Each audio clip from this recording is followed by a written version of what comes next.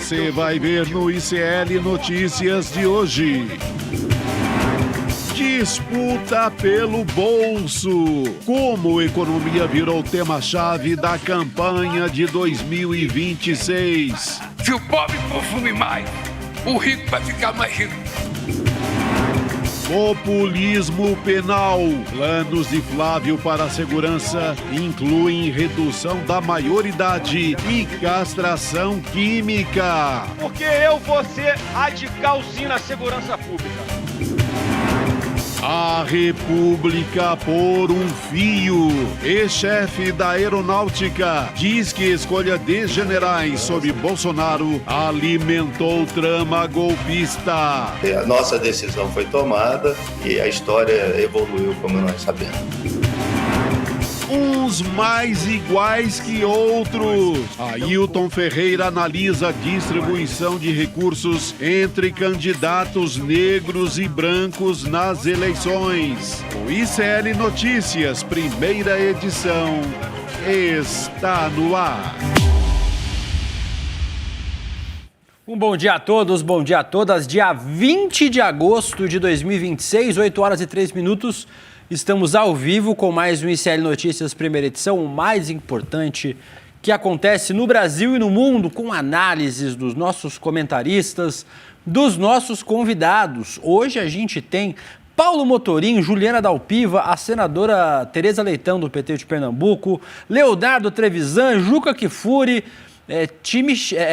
Hoje temos a casa cheia hoje para falar sobre eleições, para falar sobre Mendonça, escala 6x1, Donald Trump, muitos assuntos importantes. Agradecendo a você que já está com a gente nos canais ICL Notícias, nos canais Eduardo Moreira, na nossa rede que transmite a programação do ICL para todo o Brasil e para o mundo, rádios, televisões, canais de YouTube.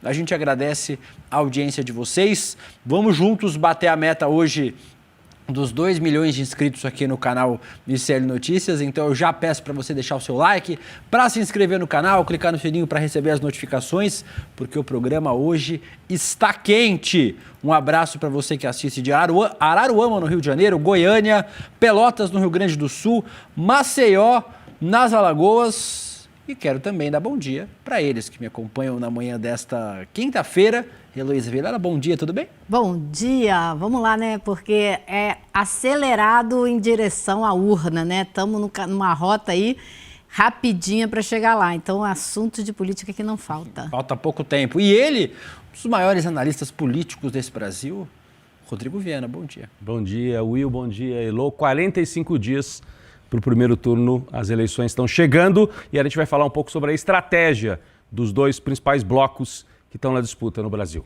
Aproveitar para passar pelo nosso site iclnoticias.com.br, vocês vão ver ele na tela já, aí, ó, nosso site ICL Notícias, matéria exclusiva, eleição no Rio tem bancada dos cargos secretos com 114 candidatos espalhados em 20 partidos envolvidos nos escândalos da CEPERJ e da UERJ, receberam quase 1,7 milhão em dinheiro público. O caso deixou inelegíveis Castro e Barcelar.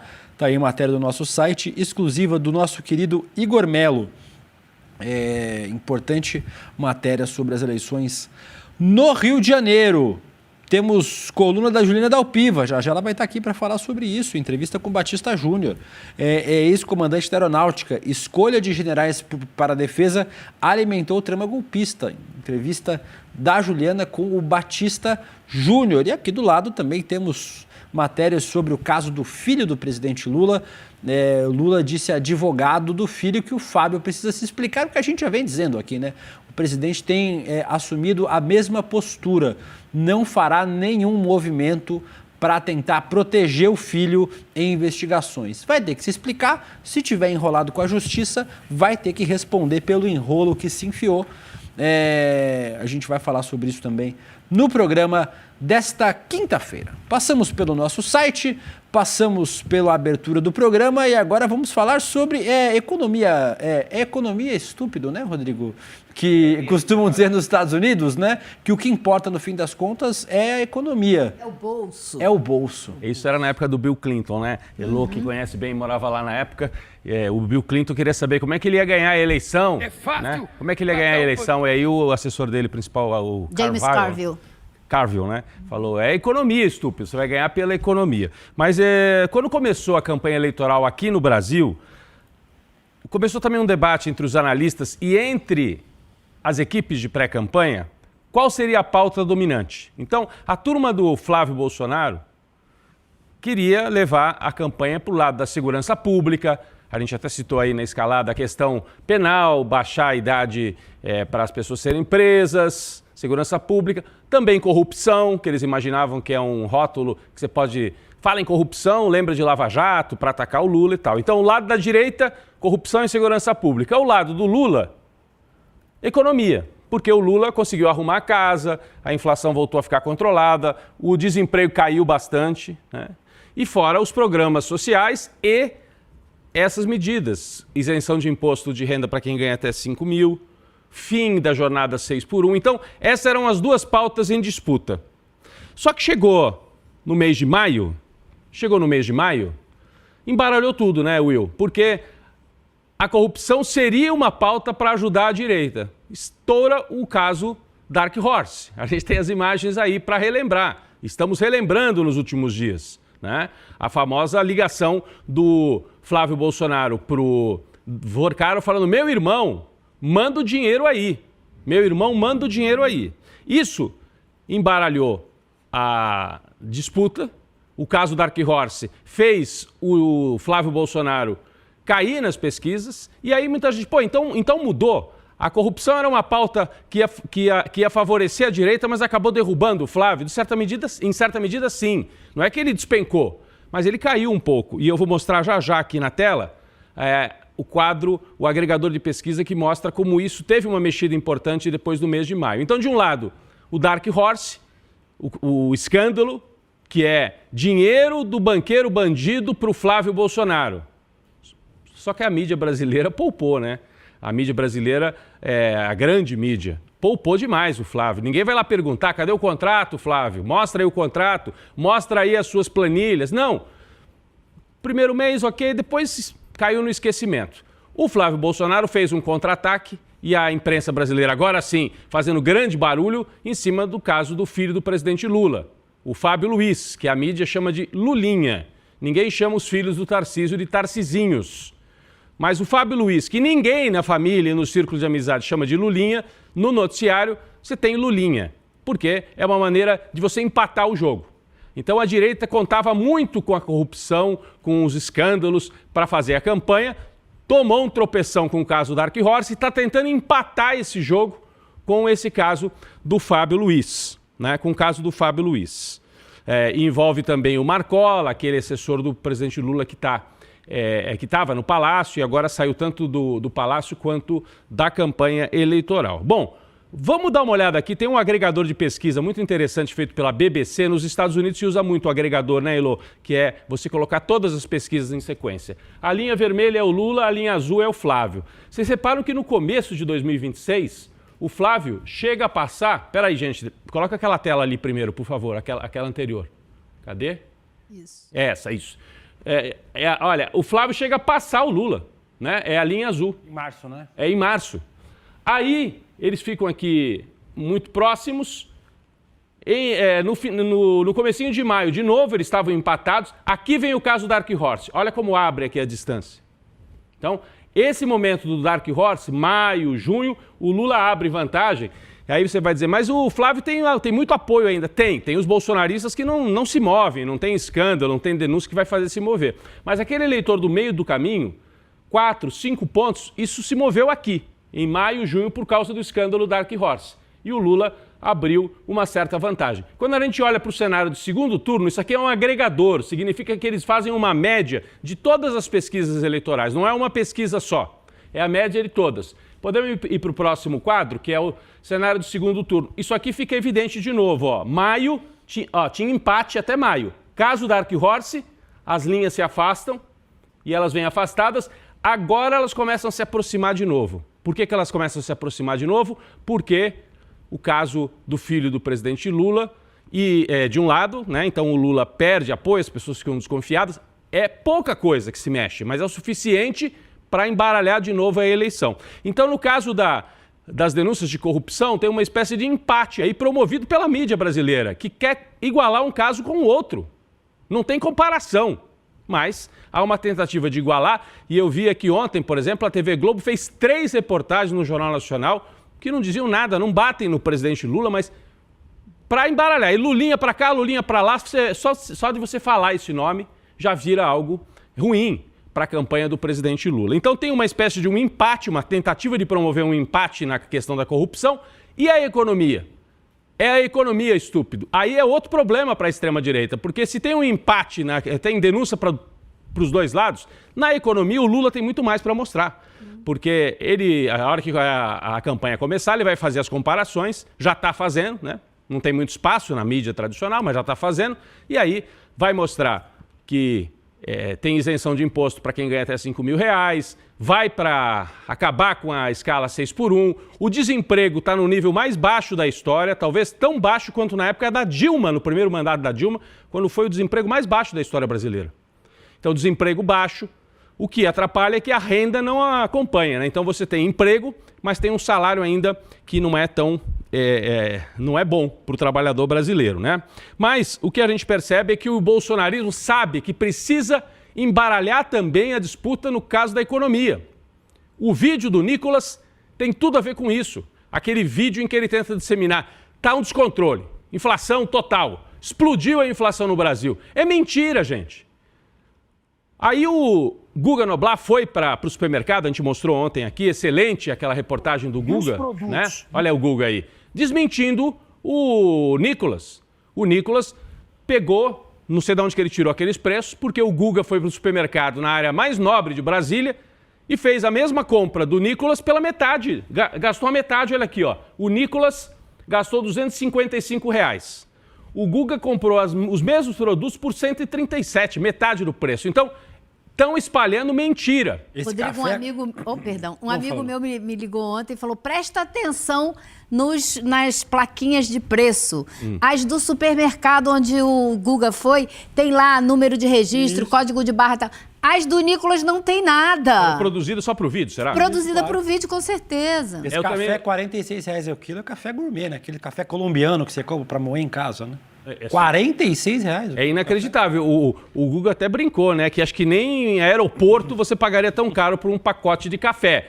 Mas daí, por que o Nicolas faz isso? Porque eles precisam, porque a direita precisa embaralhar o jogo na economia, precisa criar essa impressão de um descontrole. Foi assim que o Trump conseguiu derrotar o Biden e a Kamala quando ele volta ao poder, né? Lá teve uma inflação braba, né? Lá teve, de fato, a inflação. Agora, aqui, a inflação não está explodindo. A inflação não está explodindo. Isso que é forte. Mas tem uma sensação de que o salário, às vezes, não consegue encher o carrinho do supermercado. É um fato.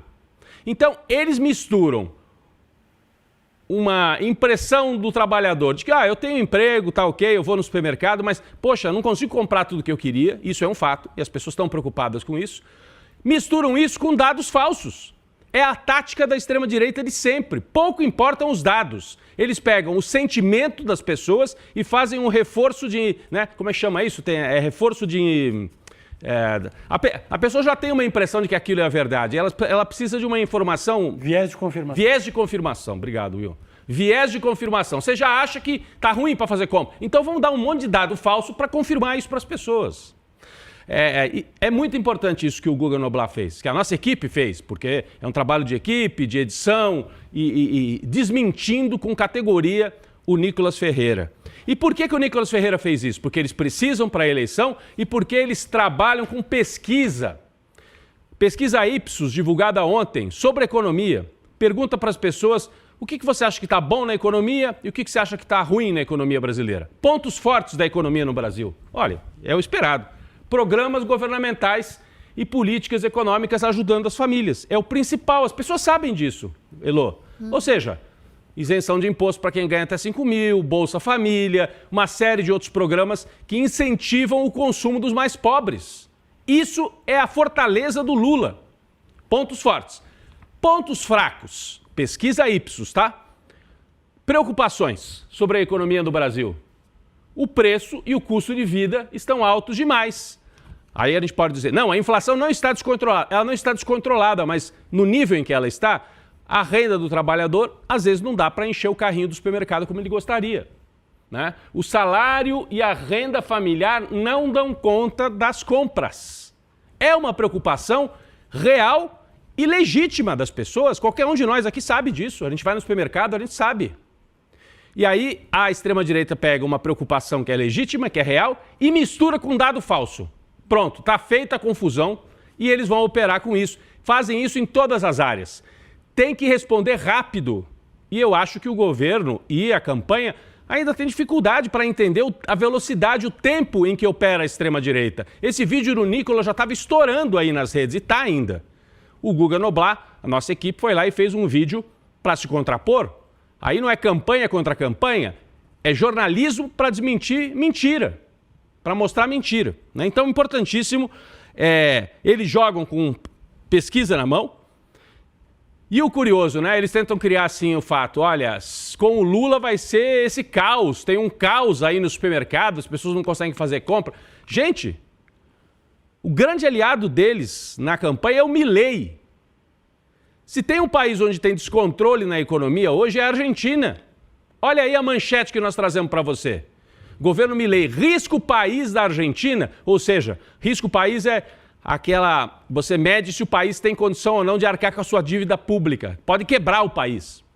O risco país da Argentina voltou a superar 500 pontos, reacendendo o alerta de quebra da economia argentina. Então não tem risco Lula, você tem o risco Flávio Bolsonaro. Porque a política econômica dele, se for eleito, é a política do Milei. O Milei é o principal cabo eleitoral do Flávio, veio aqui na convenção do PL. O Fernando Haddad falou disso ontem, num encontro com empresários. A gente tem até a frase do Fernando Haddad aqui, ele usou essa expressão, Will, risco Flávio. Abre aspas para o Haddad. Eu não sei se todo mundo conhece o Flávio Bolsonaro como eu conheço.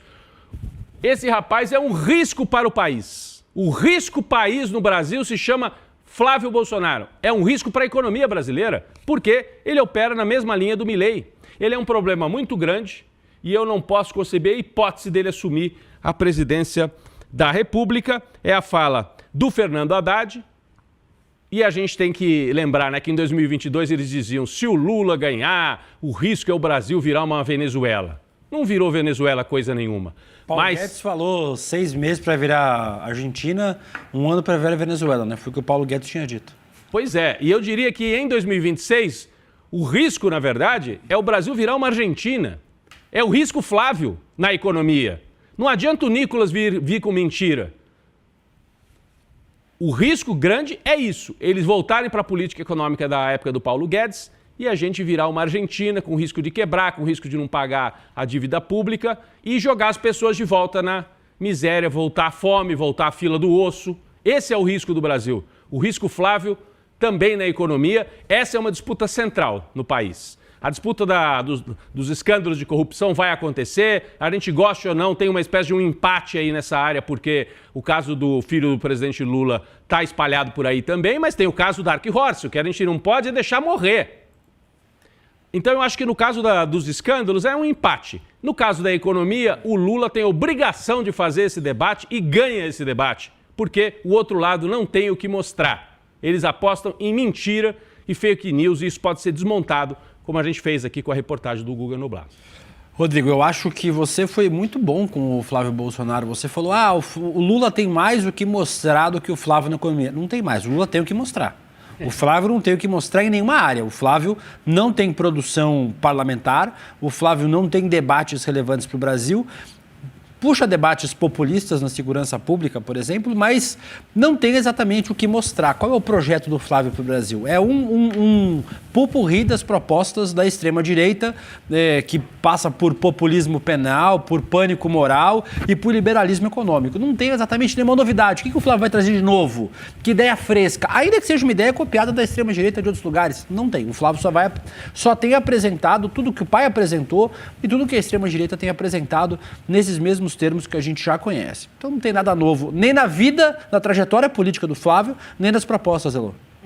Essa história de tentar igualar o escândalo do Flávio com o que está sendo investigado sobre o filho do presidente Lula também é um trabalho que a imprensa tem feito de maneira absurda, porque são coisas que não se comparam. Eu conversei hoje cedo com um advogado do Fábio Luiz e ele estava me dizendo, ele esteve ontem, o Marco Aurélio Carvalho esteve ontem no Palácio do Planalto conversando com o presidente Lula e com o Haddad, porque ele faz parte da coordenação da campanha, tanto do Lula quanto do Haddad, e foi lá para conversar sobre isso. Mas me disse ele que voluntariamente ele mesmo trouxe à tona com o presidente Lula a história do filho e que o presidente foi taxativo em dizer ele tem que se apresentar à justiça e prestar esclarecimentos, porque quando eu fui alvo desse tipo de coisa, eu fui me defender e provei a minha inocência. Então, quem não deve não teme, ele tem que provar a inocência. Então, o advogado do Fábio Luiz está tentando organizar uma reunião na sexta-feira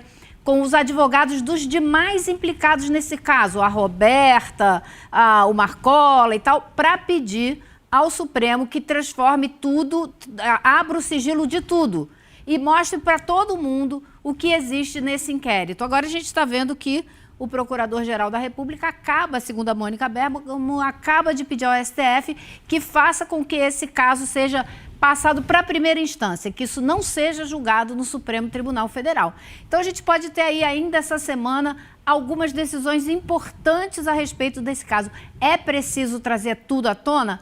Diz o advogado do Fábio Luiz que sim, que quanto mais se souber, melhor. Porque também, Rodrigo, isso tem eco de outras épocas, claro, né? Vazamento a conta-gotas de uma história que é tirada de contexto, a gente sabe, há 45 dias da eleição, a que serve, né? Então, que seja tudo aberto, que seja tudo revelado e que isso seja tudo exposto de uma vez só. Muito bem, Elô, concordo. Aproveitar para abrir nossa enquete nos nossos canais do YouTube. Flávio promete novidade, mas o programa recicla propostas do bolsonarismo. Que nome damos? Bolsonaro requentado, Ctrl-C, Ctrl-V, retroeleitoral, agora vai. Agora vai para onde? Eu gostei do retroeleitoral.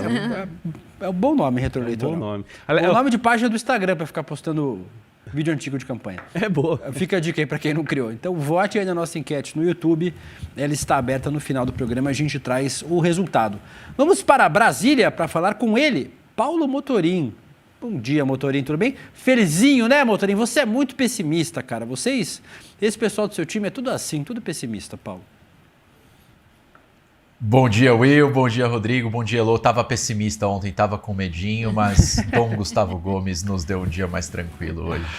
Vamos falar sobre André Mendonça. O ministro André Mendonça, do STF, tem uma missão fundamental nessa eleição, não só como vice-presidente do Tribunal Superior Eleitoral, mas ele também está em 2 investigações com alto teor de impacto nas campanhas, tanto de Lula quanto de Flávio Bolsonaro, as fraudes do INSS e o caso Dark Horse.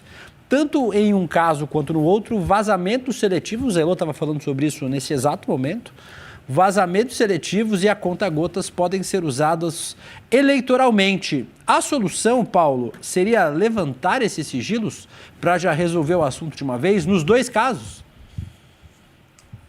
Pois é, Will, eu fiz esse comentário muito rapidamente aqui ontem no programa, depois fui às redes sociais lançar essa proposta, que os 2 casos, o do INSS, que envolve o Lulinha, e também esse caso da lobista, da Roberta Luxinger, que envolve também o filho do presidente, e o Dark Horse, que envolve o Flávio Bolsonaro, tivessem o sigilo levantado para que a gente tivesse um processo eleitoral mais limpo, né? Porque esses vazamentos seletivos durante a campanha impactam a percepção do eleitor sobre um tema que é importante, que é esse tema da corrupção. E se os vazamentos ocorrem só para um lado, se a imprensa se concentra só em um lado, o nosso processo eleitoral ele fica atrapalhado. Essa proposta viralizou, vi que vários comentaristas, inclusive da imprensa convencional, defenderam ela, insuspeitos de serem de esquerda ou jornalistas ativistas, como alguns tentam nos taxar aqui, a Vera Magalhães, o Otávio Guedes, ouvi isso na rádio hoje cedo também, então é uma proposta que ganhou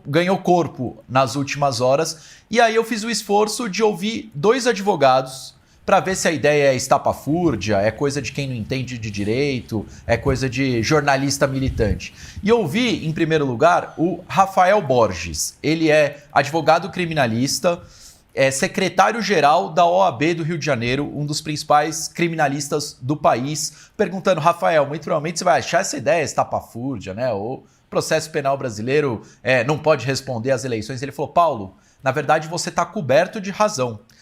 A regra constitucional do processo penal brasileiro estabelece o sigilo como exceção, não como regra. E o caso clássico de sigilo num processo criminal é violência sexual. É quando a informação ela pode atrapalhar a intimidade das pessoas, não questões como a que envolve o Dark Horse. E, no máximo, questões que podem atrapalhar as investigações. Mas o caso Dark Horse foi revelado há 3 meses, não teve nenhum desdobramento público na operação da PF. Se tem provas a ser destruídas, se tem algum problema da investigação, essa morosidade e não o sigilo. Essa mas também morosidade me esforcei também que deixa tudo ser vazado a conta-gotas, usado politicamente, né? E outra coisa, né, Motorinho, o que você está falando aí é muito importante, porque é uma reclamação de vários advogados a falta de acesso a todos os dados de um processo. Uma coisa que de vez em quando tem acontecido no STF.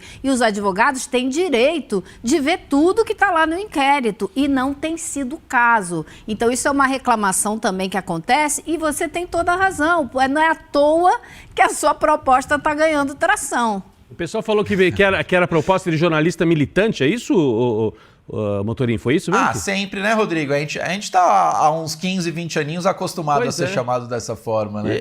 Eu acho que jornalismo militante é manipular debate em véspera de eleição, que a TV Globo faz, manipular cobertura eleitoral, como foi feito em 2006, né, sob a coordenação de Ali Camel na TV Globo. Ali é um jornalismo militante da pesada. E essa gente que trabalha na Globo, alguns são ótimos jornalistas. Não precisam ficar defendendo o patrão desse jeito, gente. Não, e deixa o correr. pedindo dinheiro ao telefone não é acompanhado de um duto de dinheiro atrás dele, né? Como foi feito ao longo de toda a Lava Jato com o presidente Lula, por exemplo. Então é importante essa ideia mesmo. Mas siga, o Motorinho estava aí no meio do raciocínio dele, né?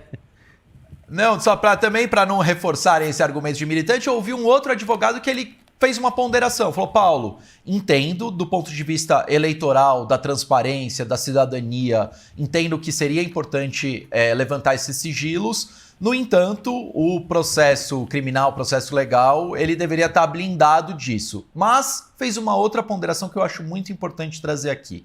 Qual que era a grande crítica, sobretudo da extrema-direita, mas também do mainstream, da imprensa, ao inquérito das fake news? O sigilo.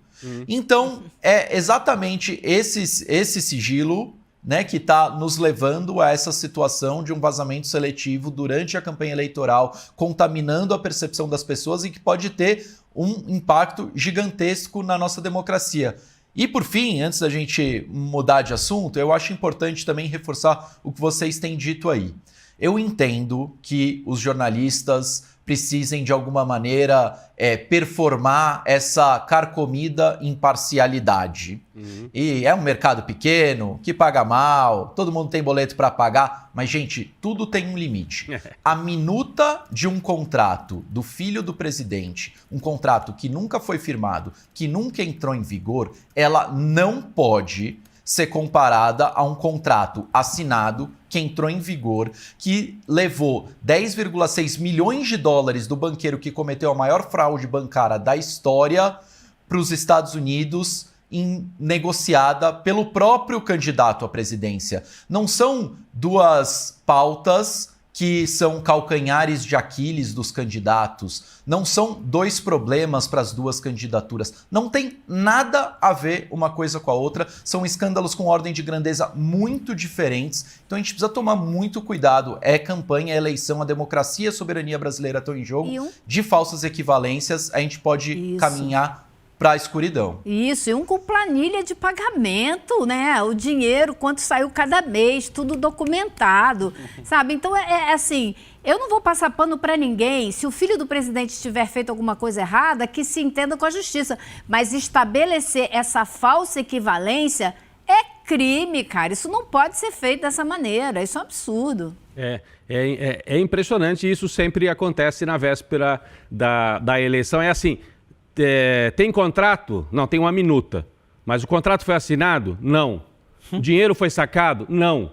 Isso aí me lembra aquela audiência do Lula com o Moro, em que o Moro mostra para o Lula aquela minuta para comprar o tal do triplex no Guarujá. Tá assinado? Aí o Lula fala, ô doutor, tá assinado isso daí? Não. Tem o nome de alguém? Não. Então guarda aí na gaveta, não me enche. É mais ou menos isso. Repito, tem cheiro de que havia lobby, sim, praticado pela Roberta Luxinger. Ela tem que se explicar. Agora, querer transformar isso em algo parecido com essa relação do banqueiro bandido, o maior escândalo financeiro do país, que mandou o dinheiro efetivamente para a família. Tem áudio do candidato Flávio Bolsonaro. E a imprensa brasileira não cobra o Flávio Bolsonaro e fica tentando, numa operação, eu até comentava aqui com o Will um pouco antes da gente entrar no ar, Motorim, tá claro para mim, a Globo quer evitar que o Lula ganhe no primeiro turno, é um desespero, não pode ganhar no primeiro turno. Eu acho que é improvável que ganhe mesmo, mas é um esforço de vamos enfraquecer o Lula para ter segundo turno, porque daí os dois têm que negociar com as forças de mercado, que é o que interessa para o jornalismo da Globo. É sempre igual. Em 2006 fizeram a mesma coisa, eu me lembro, eu estava lá na Globo, trabalhando na época. Não pode ganhar no primeiro turno, faz uma operação para impedir a vitória. Então, é uma operação em curso. Está tendo certo resultado? Tá, porque as pesquisas mostram que o Flávio conseguiu encurtar um pouquinho a desvantagem que ele tem em relação ao Lula, Will. Isso é importante, em especial essa diferença que eu vou sublinhar sempre aqui, né? O Paulo traz esse assunto com frequência aqui, é a diferença de tratamento. O presidente Lula tem dito o tempo todo que o seu filho tem que se explicar, falou para os advogados dele que ele precisa prestar os esclarecimentos, não tem feito nenhum movimento, nenhum gesto de proteção, de defesa, né? O Fábio Luiz que se vire, é adulto, responsável, tem que cuidar de si próprio. Se tiver enrosco na justiça, tem que responder na justiça. Se tiver crime cometido, ilícito, vai ter que pagar pelo crime cometido e acabou. O presidente Lula tem dito isso com relativa frequência. O que o Paulo tem cobrado aqui, né? A gente está, inclusive, com a festa marcada para amanhã, a festa de aniversário das notas fiscais do filme Dark Horse, é que não tem nenhum esclarecimento público. Eles simplesmente sentaram em cima do tema e não têm falado mais sobre isso. Então, há uma diferença clara nos dois casos. No caso, existe uma aparente, ao menos, tentativa de transparência, estão falando publicamente sobre o caso de forma transparente. No outro caso, não existe transparência nenhuma, com dinheiro, lembrando, não é de ente privado para ente privado, é dinheiro roubado de aposentado, dinheiro roubado de velhinho, de velhinha, de norte a sul do Brasil, pelo Banco Master. É importante sempre ressaltar. Outra diferença fortíssima é o presidente Lula, nessa conversa que teve ontem, lá no Planalto, com o advogado do filho dele, disse claramente com todas as letras: eu não fui eleito para aparelhar Polícia Federal, que é obviamente um contraste com o que fez Bolsonaro tentando mudar a direção da Polícia Federal, e quando o próprio Sérgio Moro não quis mais, porque o objetivo era defender o Flávio, ele saiu do governo. E aí ele fez, o Jair Bolsonaro fez as mudanças na PF que ele queria fazer para defender o filho. Então, as diferenças são abissais. Importante demais a gente destacar isso, Elô. Vamos continuar falando sobre Flávio Bolsonaro, mas agora falando sobre as propostas do Flávio. Castração química para estupradores, redução da maioridade penal, são alguns pontos defendidos pelo Flávio Bolsonaro no plano de governo para a área de segurança pública. O tema será um dos pontos-chave da campanha de 2026 e vamos ver como o Flávio Bolsonaro pretende acabar com a criminalidade. Temos aí, vamos colocar na tela para vocês os 4 principais pontos. Castração química, abre aspas para Flávio: é preciso cortar o mal pela raiz, a medida deverá ser aplicada a estupradores e abusadores de crianças condenados pela justiça, facções criminosas e crime organizado. Vamos declarar guerra ao crime organizado, PCC, Comando Vermelho, milícias e todas as outras facções. Serão declaradas como organizações narcoterroristas. Maioridade penal, abre aspas para Flávio de novo: o crime do menor não é menor. O novo governo do Brasil vai apoiar e sancionar a redução da maioridade de 18 para 16 anos. Vamos punir também menores de 14 anos se cometerem crimes graves e os superpresídios. O Brasil terá 5 novos presídios de segurança máxima no modelo adotado por El Salvador. Quem comete crimes graves vai entender que prisão é punição. Antes de você comentar, Paulo, eu queria fazer um comentário breve sobre essas propostas todas. Primeiro, porque nenhuma delas é nova, né? É só a reciclagem do populismo penal que embasa a extrema-direita desde sempre. Em especial, eu queria me ater à castração química de estupradores. Primeiro porque estupro não é sobre sexo, né? Estupro é sobre poder, é sobre violência e poder. É por isso que nos presídios, por exemplo, o estupro masculino é muito comum. Não tem a ver com desejo sexual, mas tem a ver com uma demonstração de poder. Essa proposta especial é a que menos resolve o problema. No lugar de educar o homem a entender que o papel dele na sociedade não é do abuso, da violência e do estupro, é você propor a castração química, que já foi testada em outros países e não funciona. Mas eu vou deixar você falar sobre todos esses pontos, porque não tem nada de muito novo aí, né? É só mais do mal e velho populismo penal, né? Exatamente, Will. Quando o nosso querido roteirista Matheus Piccionelli me propôs esse tema ontem, eu fui buscar a posição de alguns especialistas, também ver o que as organizações da sociedade civil que trabalham no tema da segurança pública de maneira responsável têm comentado sobre as propostas dos candidatos à presidência da República. E, obviamente, as propostas do Flávio Bolsonaro são um espetáculo de populismo penal, né? Velhas soluções, supostas soluções que não resolveram o problema em lugar nenhum, mas uma das pessoas que eu ouvi fez um comentário que eu acho importante, que para além do populismo penal, há também muita mentira de Flávio Bolsonaro aos seus eleitores, porque ele vende essas propostas como se fossem propostas facilmente implementáveis, como se fosse possível tirá-las do papel. No entanto, eles listaram, esses especialistas com quem eu conversei, listaram pelo menos 5 delas, e se não me engano, quase todas que aparecem na nossa tela aí no N1 aqui hoje, dizendo que elas têm problemas graves de constitucionalidade e, portanto, quase todas elas seriam passíveis de questionamento no Supremo Tribunal Federal, ou mesmo que as que demandem novas legislações, emendas constitucionais, também poderiam travar no processo legislativo. Então, a castração química de estupradores também esbarra em diversos artigos que estão na Constituição. A redução da maioridade penal, se a gente for lembrar, em 2015, o Eduardo Cunha, quando era presidente da Câmara, levou essa proposta à frente. Ela chegou a ser aprovada na CCJ, anos depois voltou a ser votada em plenário, aprovada. No entanto, ela sempre esbarra na constitucionalidade, porque atinge cláusula pétrea da Constituição. E o último ponto que eu queria colocar, aí já não relacionado às propostas, mas às figuras que tocam essas propostas, dentro da campanha do Flávio, eu destacaria 2, né? O seu vice, Alfredo Gaspar, e o candidato ao Senado por São Paulo, Guilherme Derrite. Sobre Alfredo Gaspar é importante dizer o quê? Ontem ele estava num evento de campanha em que vices e candidatos a presidente estavam com empresários do setor de comércio e serviços, e o Rogério Marinho, o coordenador de campanha, teve que tirar o microfone do Alfredo Gaspar de tanto que ele gaguejava e não conseguia responder nem mesmo sobre esse assunto que é supostamente a sua especialidade. Paulo, a gente tem o VT, só para te ajudar a você ilustrar, a gente tem o VT. Vamos assistir. Quero passar a palavra para o senador Rogério Marinho, porque eu fui substituído neste momento por alguém, estou sendo substituído por alguém que pensou o plano de governo, que é, como falei, uma das mentes mais prodigiosas da nação, e não pode se perder a oportunidade de ouvi-lo. Obrigado, minha gente. Patético, né? O Rogério Marinho é que nem eu, ele tem incontinência facial. O nosso vídeo estava um pouco cortado a parte de baixo, mas não mostrou ele cutucando 2 vezes ele para tipo, irmão, chega, tá bom, tá bom. E ele faz uma E ele fazendo uma cara assim, tipo, não, melhor, chega.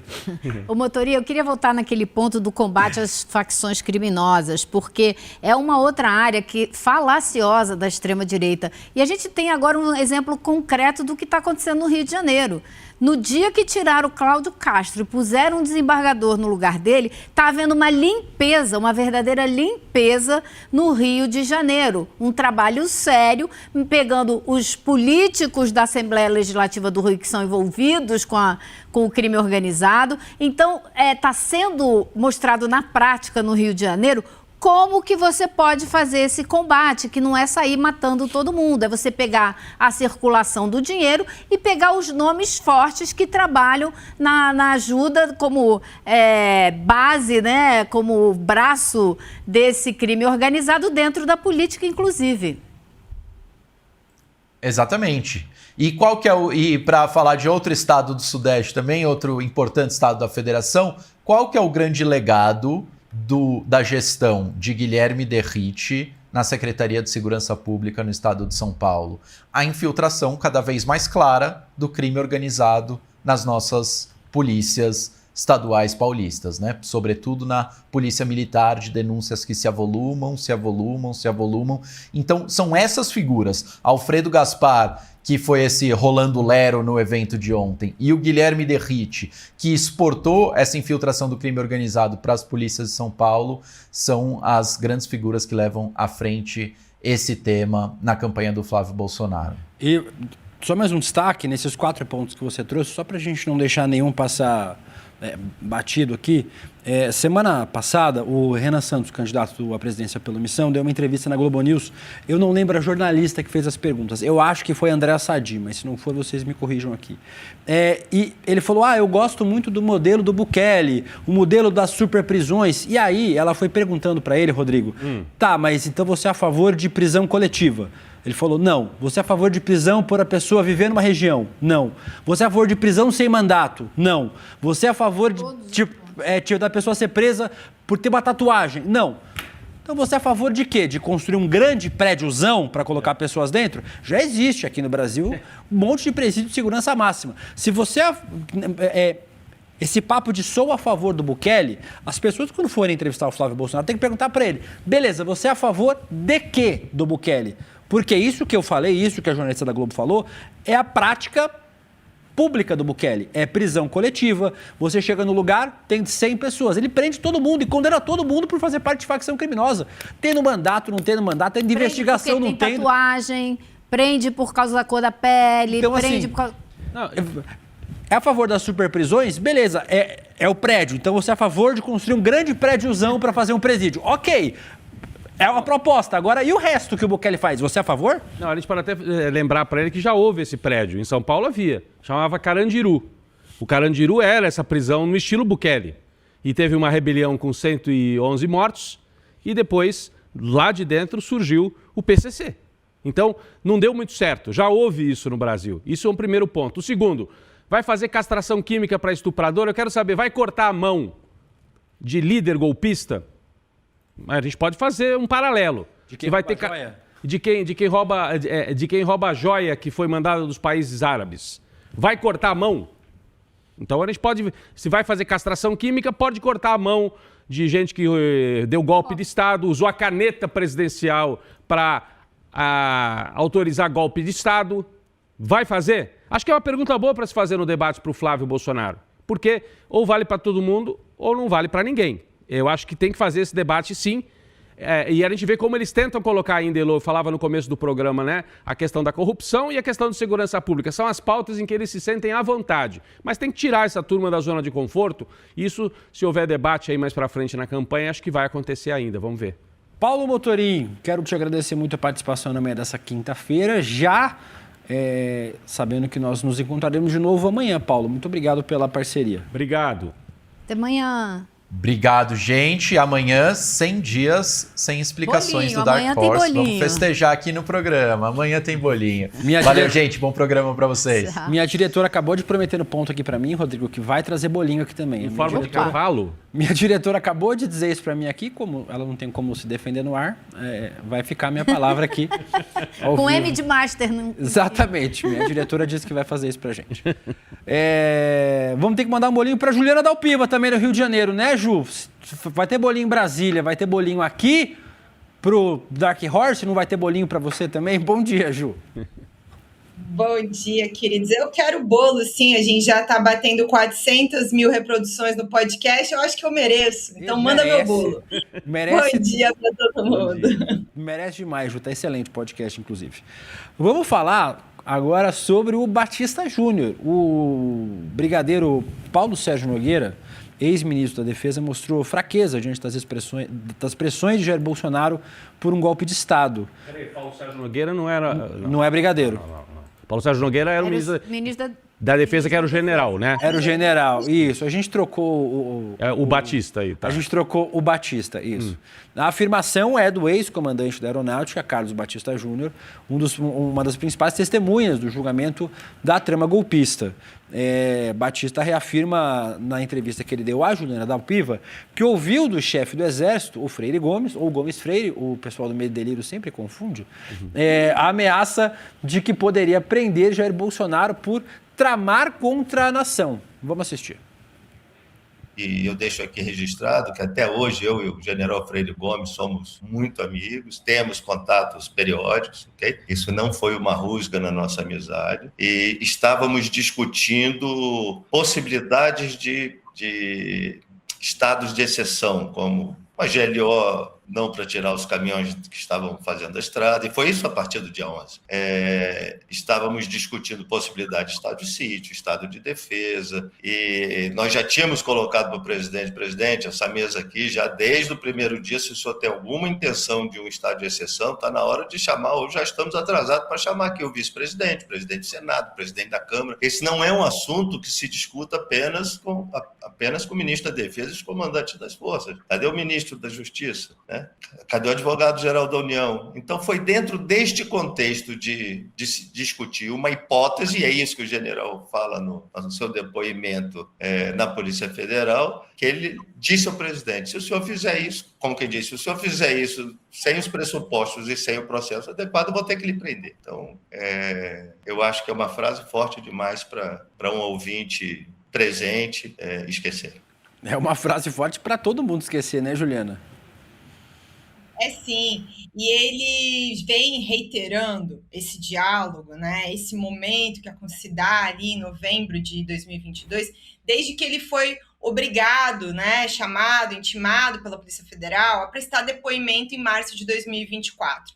E aí até tá aqui o Rodrigo, algumas vezes eu acho que foi com o Rodrigo que a gente debateu isso. Por que será, né? Era uma pergunta que ficou desde quando surgiu esse depoimento nas investigações. Por que ele decidiu falar? Por que ele contou tudo só no momento em que a Polícia Federal chegou, né, até ele, ou intimou? Isso foi uma pergunta que eu fiz a ele, tá na íntegra da entrevista, que inclusive já está disponível no nosso canal, tá? Quem quiser assistir a entrevista de cerca de 40 minutos, tá lá. E aí ele começa, inclusive, por ali, dizendo que ele, quando viu toda aquela situação do 8 de janeiro, ele achou que chegaria a esse ponto, achou que chegaria a esse momento, e aí resolveu esperar realmente o momento em que a polícia iria chamar.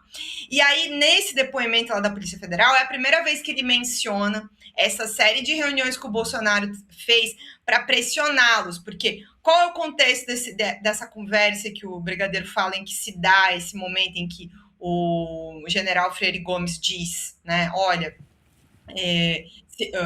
se chegar a isso, né, eu vou lhe prender. É porque eles estavam vendo que tinha um monte de bolsonarista, tinha fechado aquele tanto de estrada pelo país todo, logo depois da derrota. E, além de tudo, aqueles acampamentos, aquele povo rezando para pneu, vocês devem lembrar daquelas cenas lamentáveis. E tinham muitos transtornos pelo país e havia uma preocupação que aquilo escalasse, como se deu na greve dos caminhoneiros alguns anos antes no governo Temer. E ele tinha trabalhado, né, naquela operação, o brigadeiro disse que trabalhou naquele momento, ajudando, né, a frear os danos daquela situação da greve dos caminhoneiros. E aí, em algum momento, ele sente que a discussão ia para outro lugar. Eles começam a entender que não era sobre fazer o país voltar a funcionar, era ajudar o Bolsonaro a dar um golpe. E aí é que, dentro de uma dessas conversas, o general Freire Gomes diz, né? Olha, presidente, mas se for desse jeito, eu vou ter que lhe prender. Ele tenta ser muito preciso, tá? O brigadeiro ao dizer isso. Ele não diz que foi exatamente uma ameaça, uma ordem de prisão, mas essa frase existiu e ele repete, insiste muitas vezes dizendo isso, assim. É uma frase muito difícil de esquecer. Não tem como ter dito isso e eu não lembrar. o comandante do Exército para o presidente da República, num momento extremamente tenso. Então, isso não é uma coisa que se esquece, é o que diz o Brigadeiro Batista Júnior. Essas revelações todas, tá, Will? Elas estão num livro novo que ele está lançando, que é Eu Disse Não, uma trincheira antigolpista, que é da Autêntica, vai sair agora no começo de setembro. Tem esse material e tem, enfim, uma memória dele, desse momento mais agudo da crise, que quase levou a um golpe de Estado em novembro de 2022. Não, é um documento histórico, né? Tanto o livro quanto essa entrevista, né, Juliana? Porque na história do Brasil nunca tinha acontecido, a Justiça Civil condenar militares por tentativa de golpe, e aí um dos comandantes vir a público, contar a história completa e, inclusive, reafirmar essa frase que, né, depois algumas pessoas puseram em dúvida, por isso que é importante ele reafirmar que houve sim, ok, não foi uma ordem de prisão aberta assim para o Jair Bolsonaro, mas foi, olha, se o senhor continuar nesse caminho, eu vou ser obrigado a lhe prender. Não é o Batista Júnior que fala isso, né? Ele ouviu do comandante do Exército.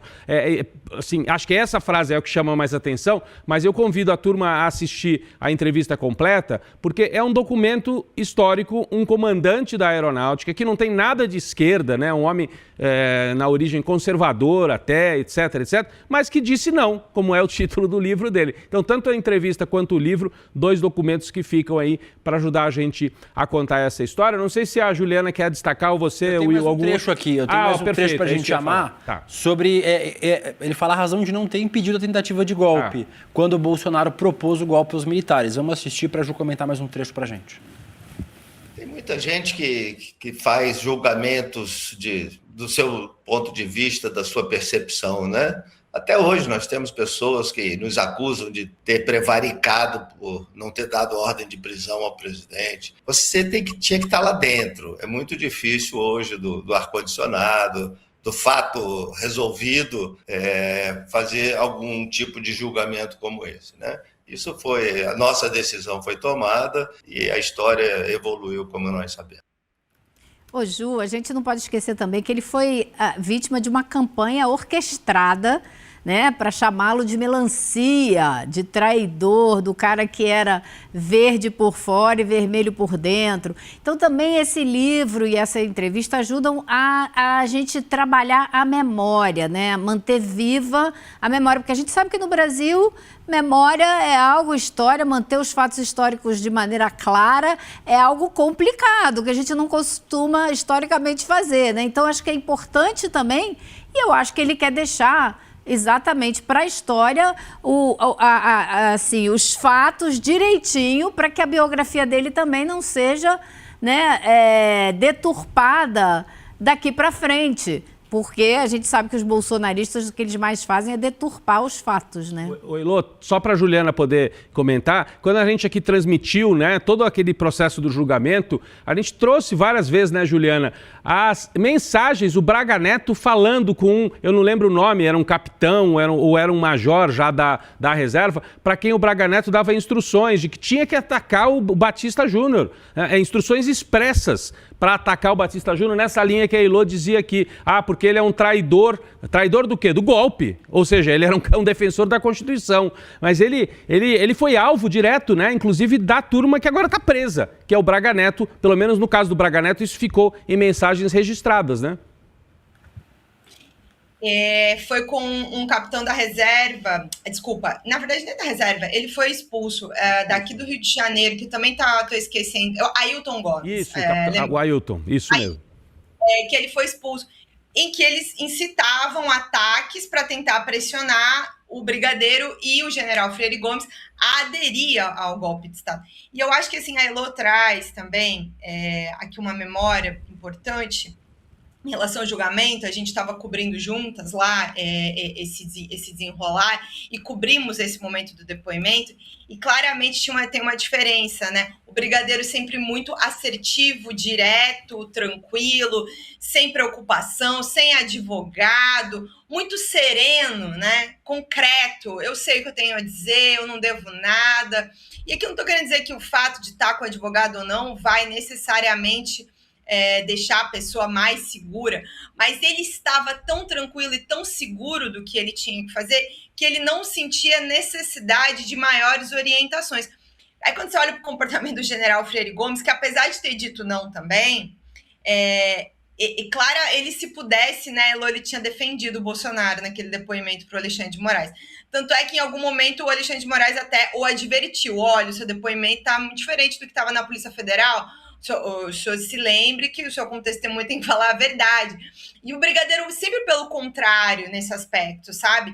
E ele traz um dado que também foi até o que a gente puxou no destaque do site.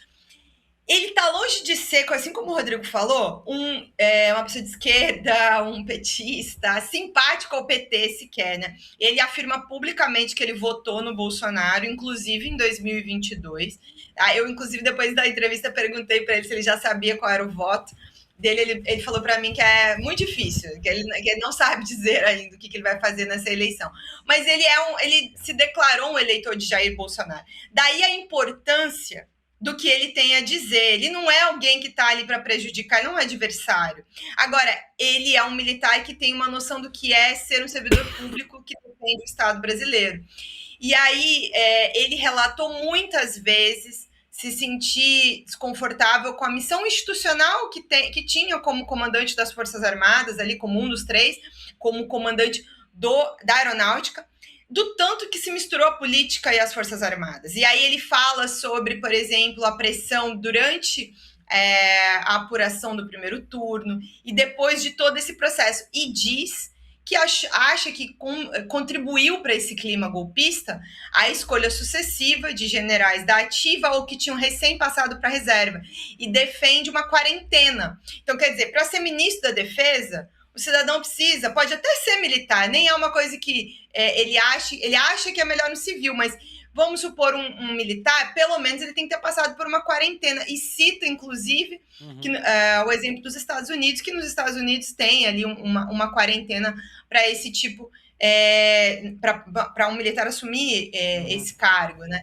Então, eu acho que ele, para quem assistir a entrevista inteira, vai entender que ele é uma pessoa que está fazendo um testemunho da história, um testemunho crítico.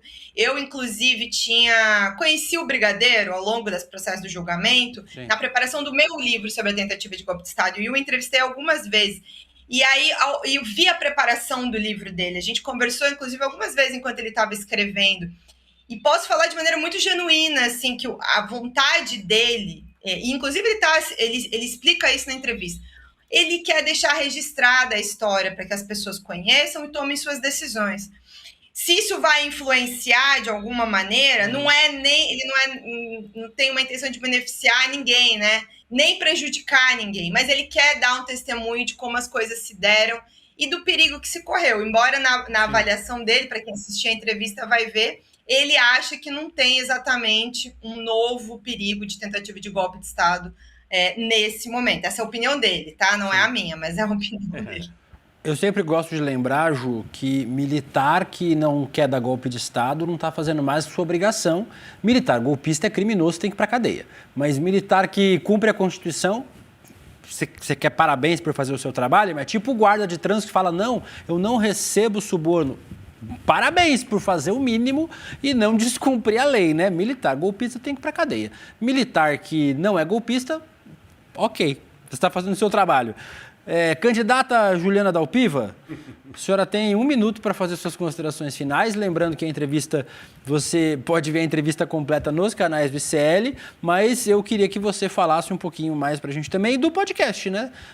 Aproveitando para chamar o pessoal para escutar. Você já deu um spoiler no começo, 400 mil visualizações, mas como eu sempre digo, Juliana, se Deus fez é porque cabe mais. Cabe mais, então, para quem não acompanhou ainda essa semana estreou o episódio 2 na segunda-feira. Na segunda semana que vem estreia o terceiro e o último, tá, gente? Chega. Mas prometemos muita informação e diversão também. Nesse segundo, o assunto é sério, sobre as relações do Flávio com a milícia. Tem entrevista exclusiva da viúva do capitão Adriano da Nóbrega, contando sobre essa proximidade, sobre tudo que ela sabia desse esquema. E tanto a entrevista em si dela, como gravações que o Ministério Público tem, em que ela fala sobre o esquema e como a mãe e a ex-mulher do Adriano eram parte disso, poderiam ter sido usados para reabrir as investigações sobre o Flávio, não foram usadas, não sei por quê. Isso aqui é só mais um pedaço das provas não utilizadas para pedir novas investigações, reabrir, pedir quebra de sigilo novo. Tem, assim, uma variedade de indícios e elementos e provas que poderiam ter sido usados. A gente vem contando isso desde o primeiro episódio. Nesse segundo está centrado nessa questão desse núcleo que envolvia a família do Adriano. Mas também passa pela maneira como Flávio Bolsonaro anda defendendo que ele quer combater o crime, né? Vocês estavam falando disso antes também. Ele vem falando desse negócio de declarar o PCC e o Comando Vermelho de organizações terroristas, como se isso fosse resolver qualquer coisa, né? Nesse episódio, eu e a Gabi trabalhamos muito como é que o Flávio combate o crime, né, gente? Que é fazendo nada, não faz nada, nunca fez nada sobre isso. E, inclusive, como é que foi que ele tratou uma juíza aqui do Rio de Janeiro o dia que ela foi agredida, e os seguranças dela também, ela teve a roupa rasgada, os seguranças foram agredidos com pauladas por policiais criminosos. E adivinha, Will, quem que o Flávio foi socorrer? Quem que o Flávio foi defender? Você acha que ele foi defender uma mulher que foi agredida ou você acha que ele foi defender um bando de marmanjo, bandido, que estava preso lá no presídio do Batalhão Especial Prisional? Então, é isso que está essa semana. Semana que vem, a gente vai ter... O pessoal gosta tanto de falar desse Dark Horse para levar a cultura brasileira. Então, teremos, assim, grandes histórias de Dark Horse para quem quiser ouvir, mas na segunda-feira eu venho trazer mais detalhes. Muito obrigado, Juliana Dalpiva. Aguardamos aqui seus detalhes na segunda-feira. Um grande beijo para você. Você vem amanhã? Não? Amanhã não. Então, um bom fim de semana. Fazendo tanta coisa, né? Eu estarei aqui fazendo muitas coisas. Então, um bom fim de semana para você. A gente se vê segunda, Ju. Um grande beijo.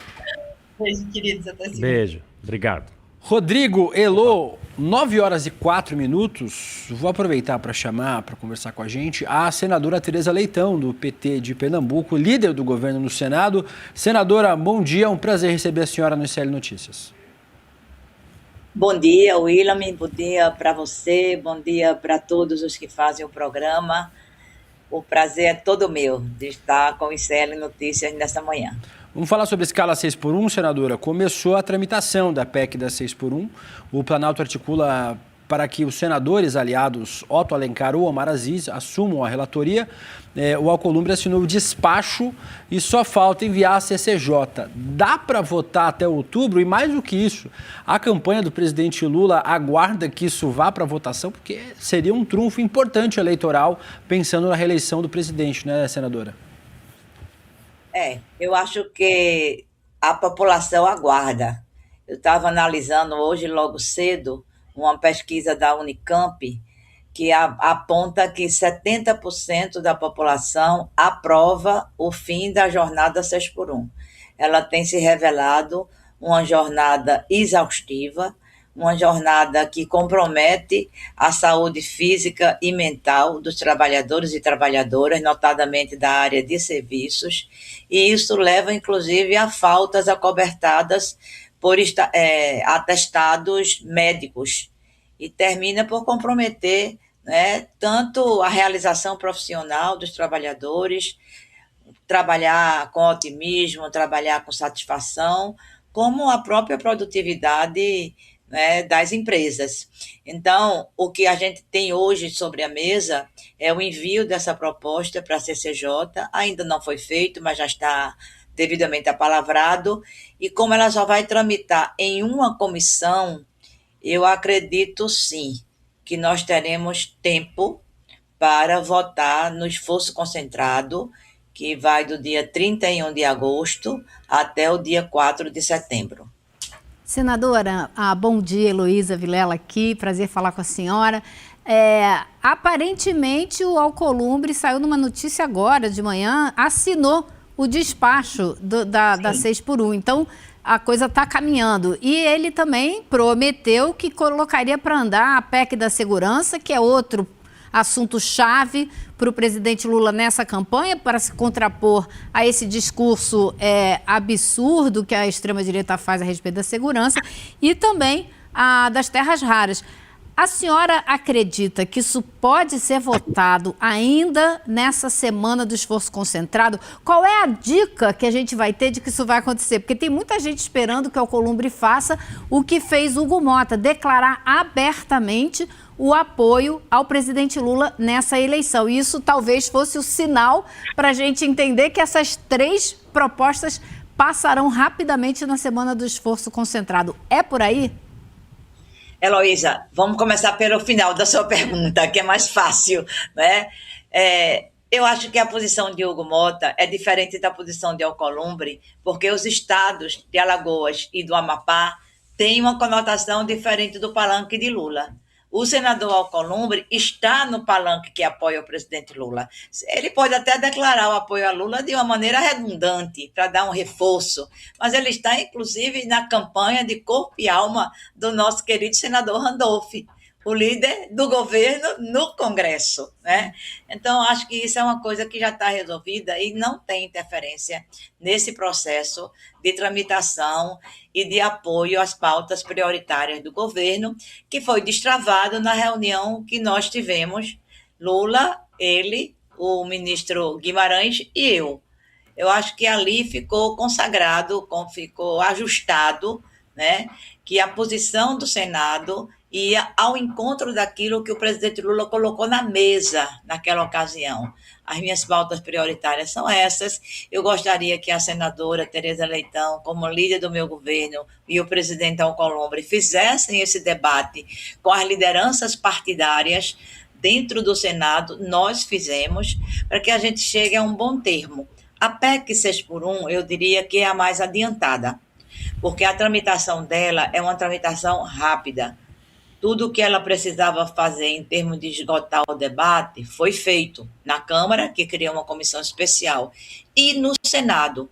Nós tivemos antes, o paralelo à chegada da PEC, a PEC chegou acho que em abril para nós tivemos 3 audiências públicas na CCJ e tivemos uma grande sessão de debate, com a participação das centrais sindicais, de deputados, de empresários. Nós começamos às 10 da manhã, terminamos às 6 da noite.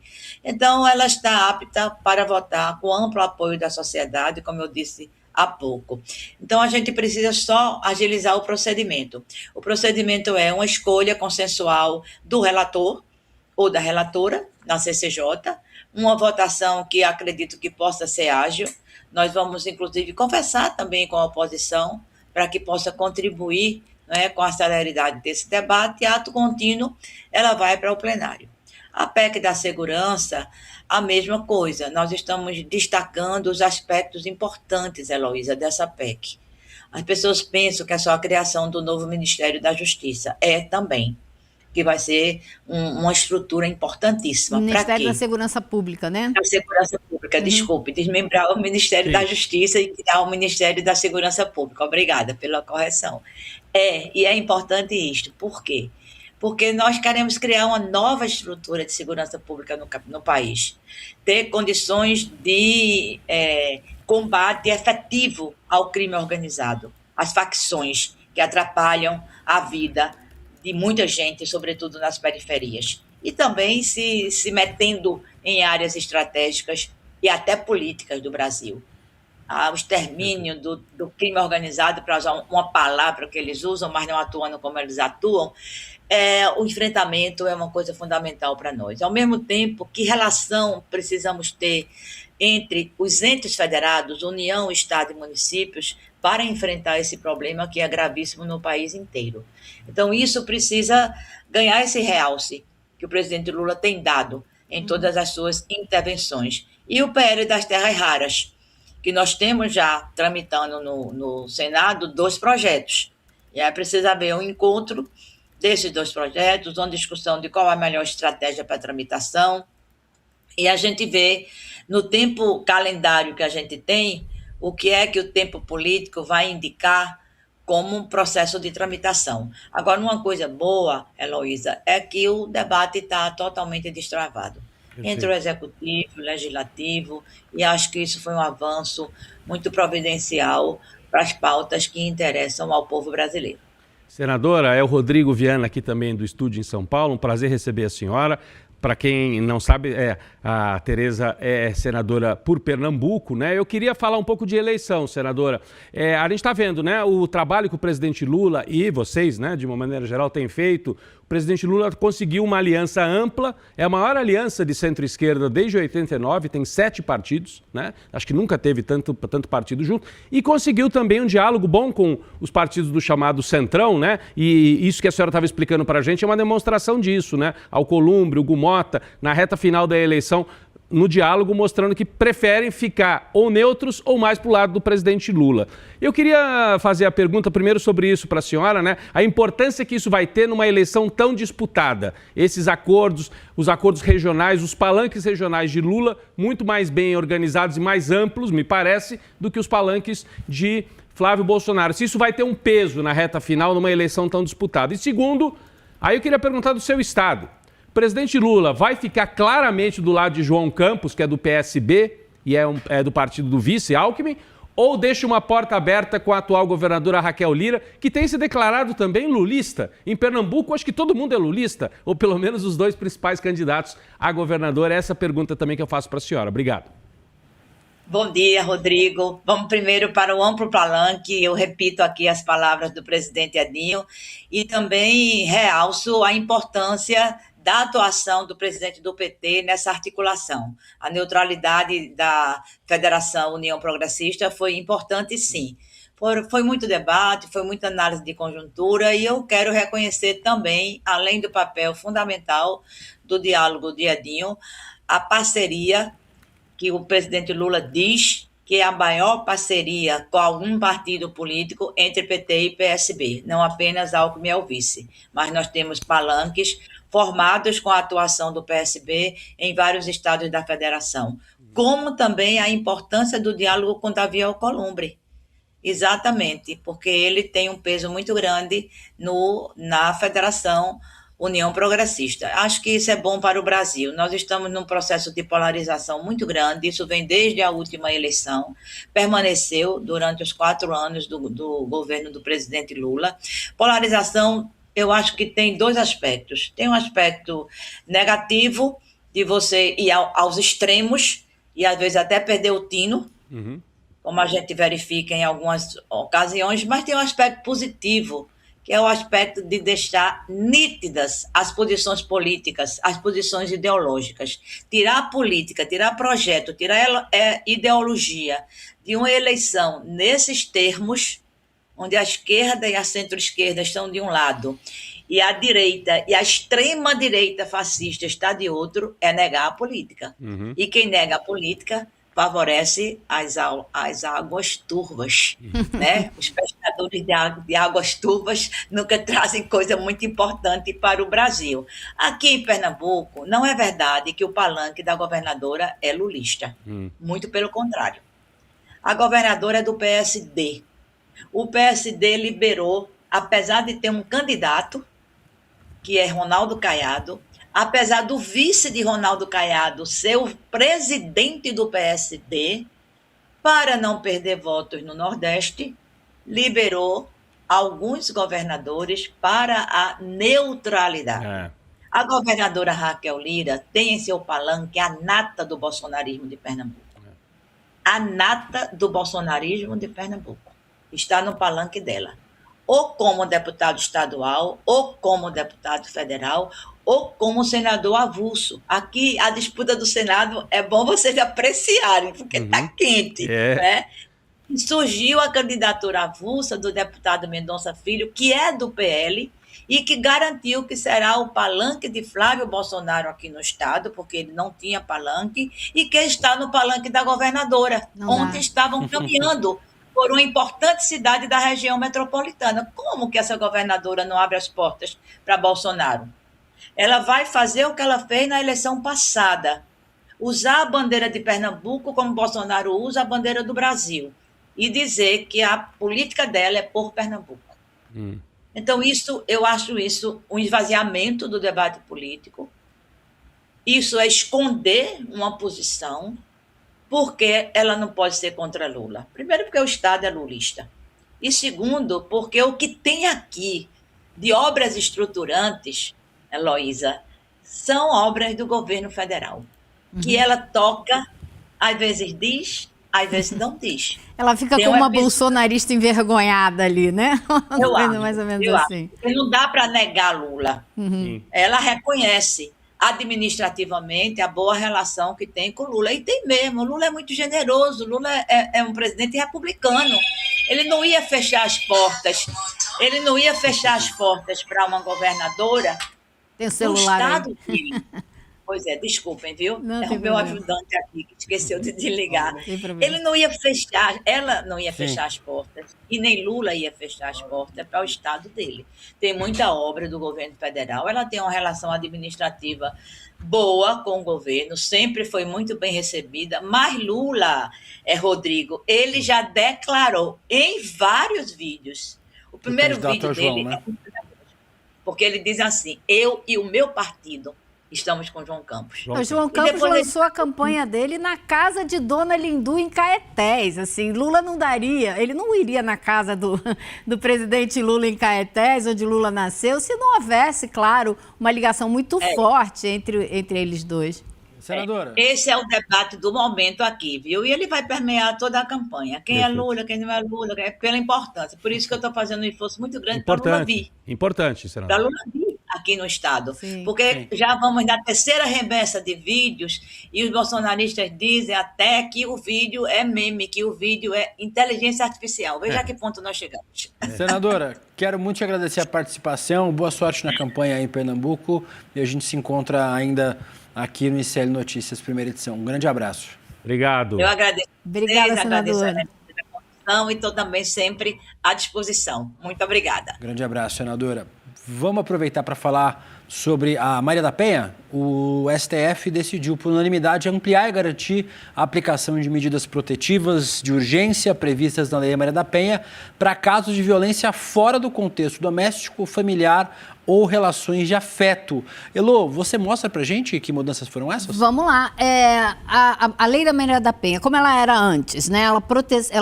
Ela garantia proteção, medidas protetivas de urgência e exigia comprovação de relações domésticas, familiares ou de afeto com o agressor. Agora, com essa mudança, você não precisa ter uma relação familiar com o seu agressor. A condição feminina e a motivação de gênero já são suficientes. Antes também, vizinhos e desconhecidos escapavam da Lei Maria da Penha se o vínculo afetivo fosse negado.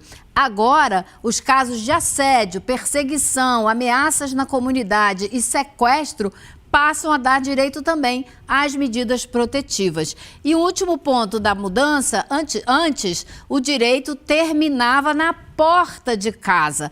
Agora, com essa mudança autorizada pelo STF, toda mulher tem direito a uma vida livre de violência na esfera pública e privada. Então, isso significa o quê? É mais um passo importantíssimo na proteção dada às mulheres com a Lei Maria da Penha. Isso faz parte, a gente tem que entender, desse pacto que foi lançado pelo governo junto com o Executivo, Legislativo e Judiciário para sensibilizar as pessoas que trabalham nos poderes públicos e, no caso agora, da Justiça, para o problema do feminicídio e da violência contra a mulher. Porque não adianta a gente ter as leis, a gente tem que levar a importância dessas leis para quem aplica essas leis. Então, isso facilita o trabalho de disseminar nos tribunais estaduais, municipais, essa importância, a emergência desse debate e de aplicação dessa lei para proteger as mulheres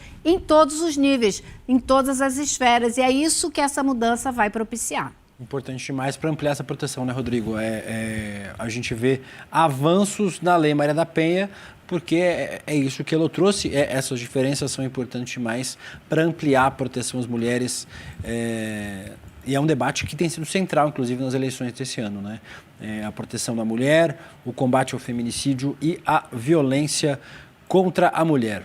Deixa eu aproveitar, daqui a pouco a gente ainda tem Juca Kfouri, Leonardo Trevisan, Ailton Ferreira, mas eu queria lembrar para vocês que todo ano eleitoral é ano também de turbulência no mercado financeiro, Rodrigo. E por isso a gente preparou uma super aula para te ajudar a proteger seu patrimônio em qualquer cenário econômico e político. Dia 27 de agosto, 8 horas da noite, 27 de agosto, conhecido popularmente como quinta-feira da semana que vem, a gente vai ter o Guia do Investidor para as eleições 2026, ao vivo com o Eduardo Moreira, para te explicar como navegar com segurança pelos próximos anos, independente do resultado das urnas. Quem se inscrever na aula também recebe uma planilha de planejamento financeiro para dar os primeiros passos rumo ao controle de suas finanças. A aula é gratuita, você só precisa fazer o que a gente diz sempre aqui, se inscrever no link icln1.com.br para garantir a sua vaga, icln1.com.br. Não deixe seu futuro esperando, porque mais um ano aí nós temos uma aula importante sobre investimentos com o nosso querido Eduardo Moreira. Dito isso, aproveitar para pedir você se inscrever no canal. O nosso contador, que não é reloginho, como minha chefe já brigou comigo 2 vezes essa semana, vai aparecer no cantinho. A gente com quase 2 milhões de inscritos. 1 milhão já foi faz tempo. 2 milhões de inscritos no canal iclnoticias.com.br, pedindo a sua inscrição. Você que está vendo pelos outros canais, se inscreve aqui no canal, depois pode voltar para o seu canal.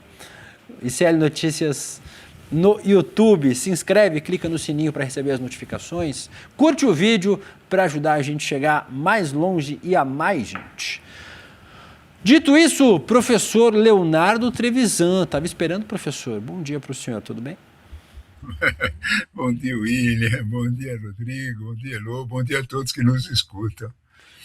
Mais um dia comum, professor, o Trump ameaçando bombardear o Oriente Médio. O presidente dos Estados Unidos, Donald Trump, ameaça o bombardear o Omã se o país ficar no caminho de um acordo de Washington com o Irã sobre a administração do Estreito de Hormuz. O chefe da Casa Branca pediu que Teherã se renda na guerra do Oriente Médio. Tudo isso depois de postar essa imagem aqui, a gente já mostrou, mas vale a pena mostrar de novo o Donald Trump dizendo que o Estreito de Hormuz é território dos Estados Unidos, professor. É blefe ou a gente está diante de mais uma potencial escalada no conflito no Oriente Médio? Se a gente olhar para isso com a história recente, né? O Trump, há 2 meses atrás, mais ou menos, ele prometeu eliminar a civilização iraniana. Os quase 4.000 anos de civilização persa ele pretendia eliminar. Né? Eu não sei quem contou isso para ele, quem falou em civilização persa para ele, mas ele falou isso. Né? O Irã vai muito bem, obrigado, pelo contrário. Né? O Irã aumentou sua força.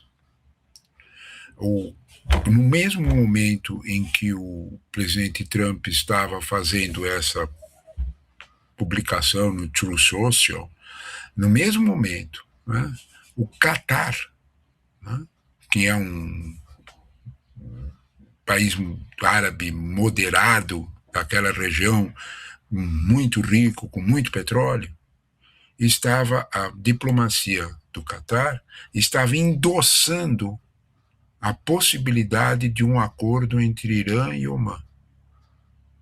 Sabe, o que, de alguma forma, os petroleiros todos aqueles países todos estão fazendo a conta, é que é muito mais barato, é este o medinho do seu Trump, é muito mais barato, né, você ter um pedágio definido do que você ficar subindo o seguro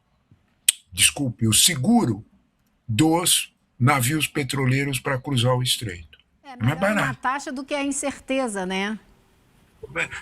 Elô, tudo que o empresário, seja ele qual for, da padaria ao dono do petroleiro, não quer é a imprevisibilidade. Exatamente.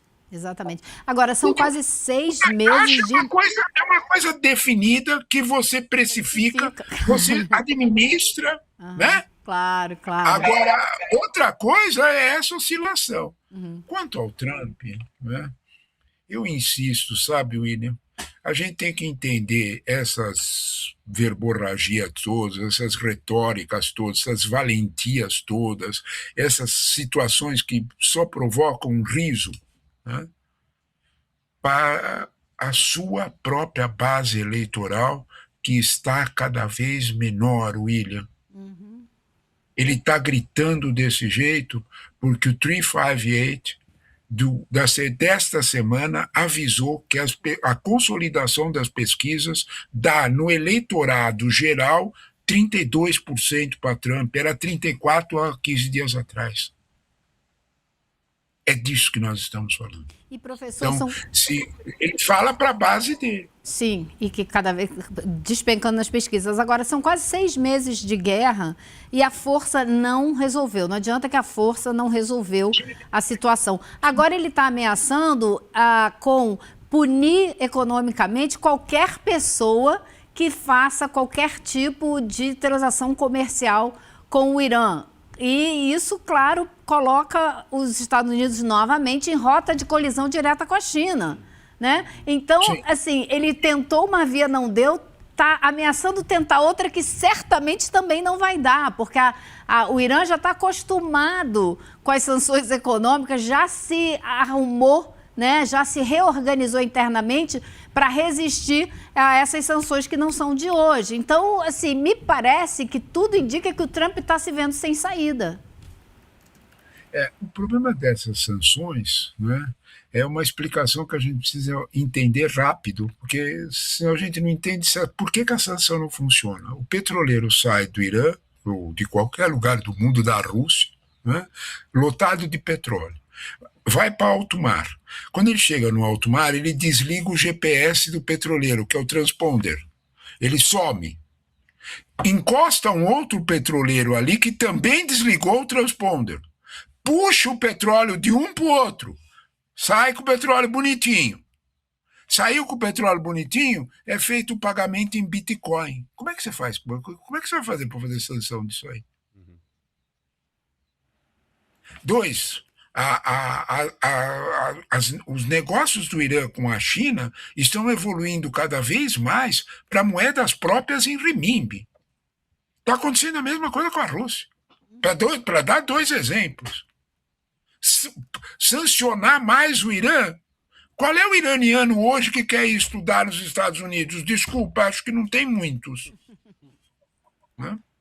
Então, de alguma forma, não a brincadeira que existia há uns anos atrás, Elô. Todas essas coisas que o Trump fala, agora a nova ameaça da guerra econômica, é uma expressão que no Brasil tem uma expressão bem boa para definir isso. Chover no molhado. Rolando Lero.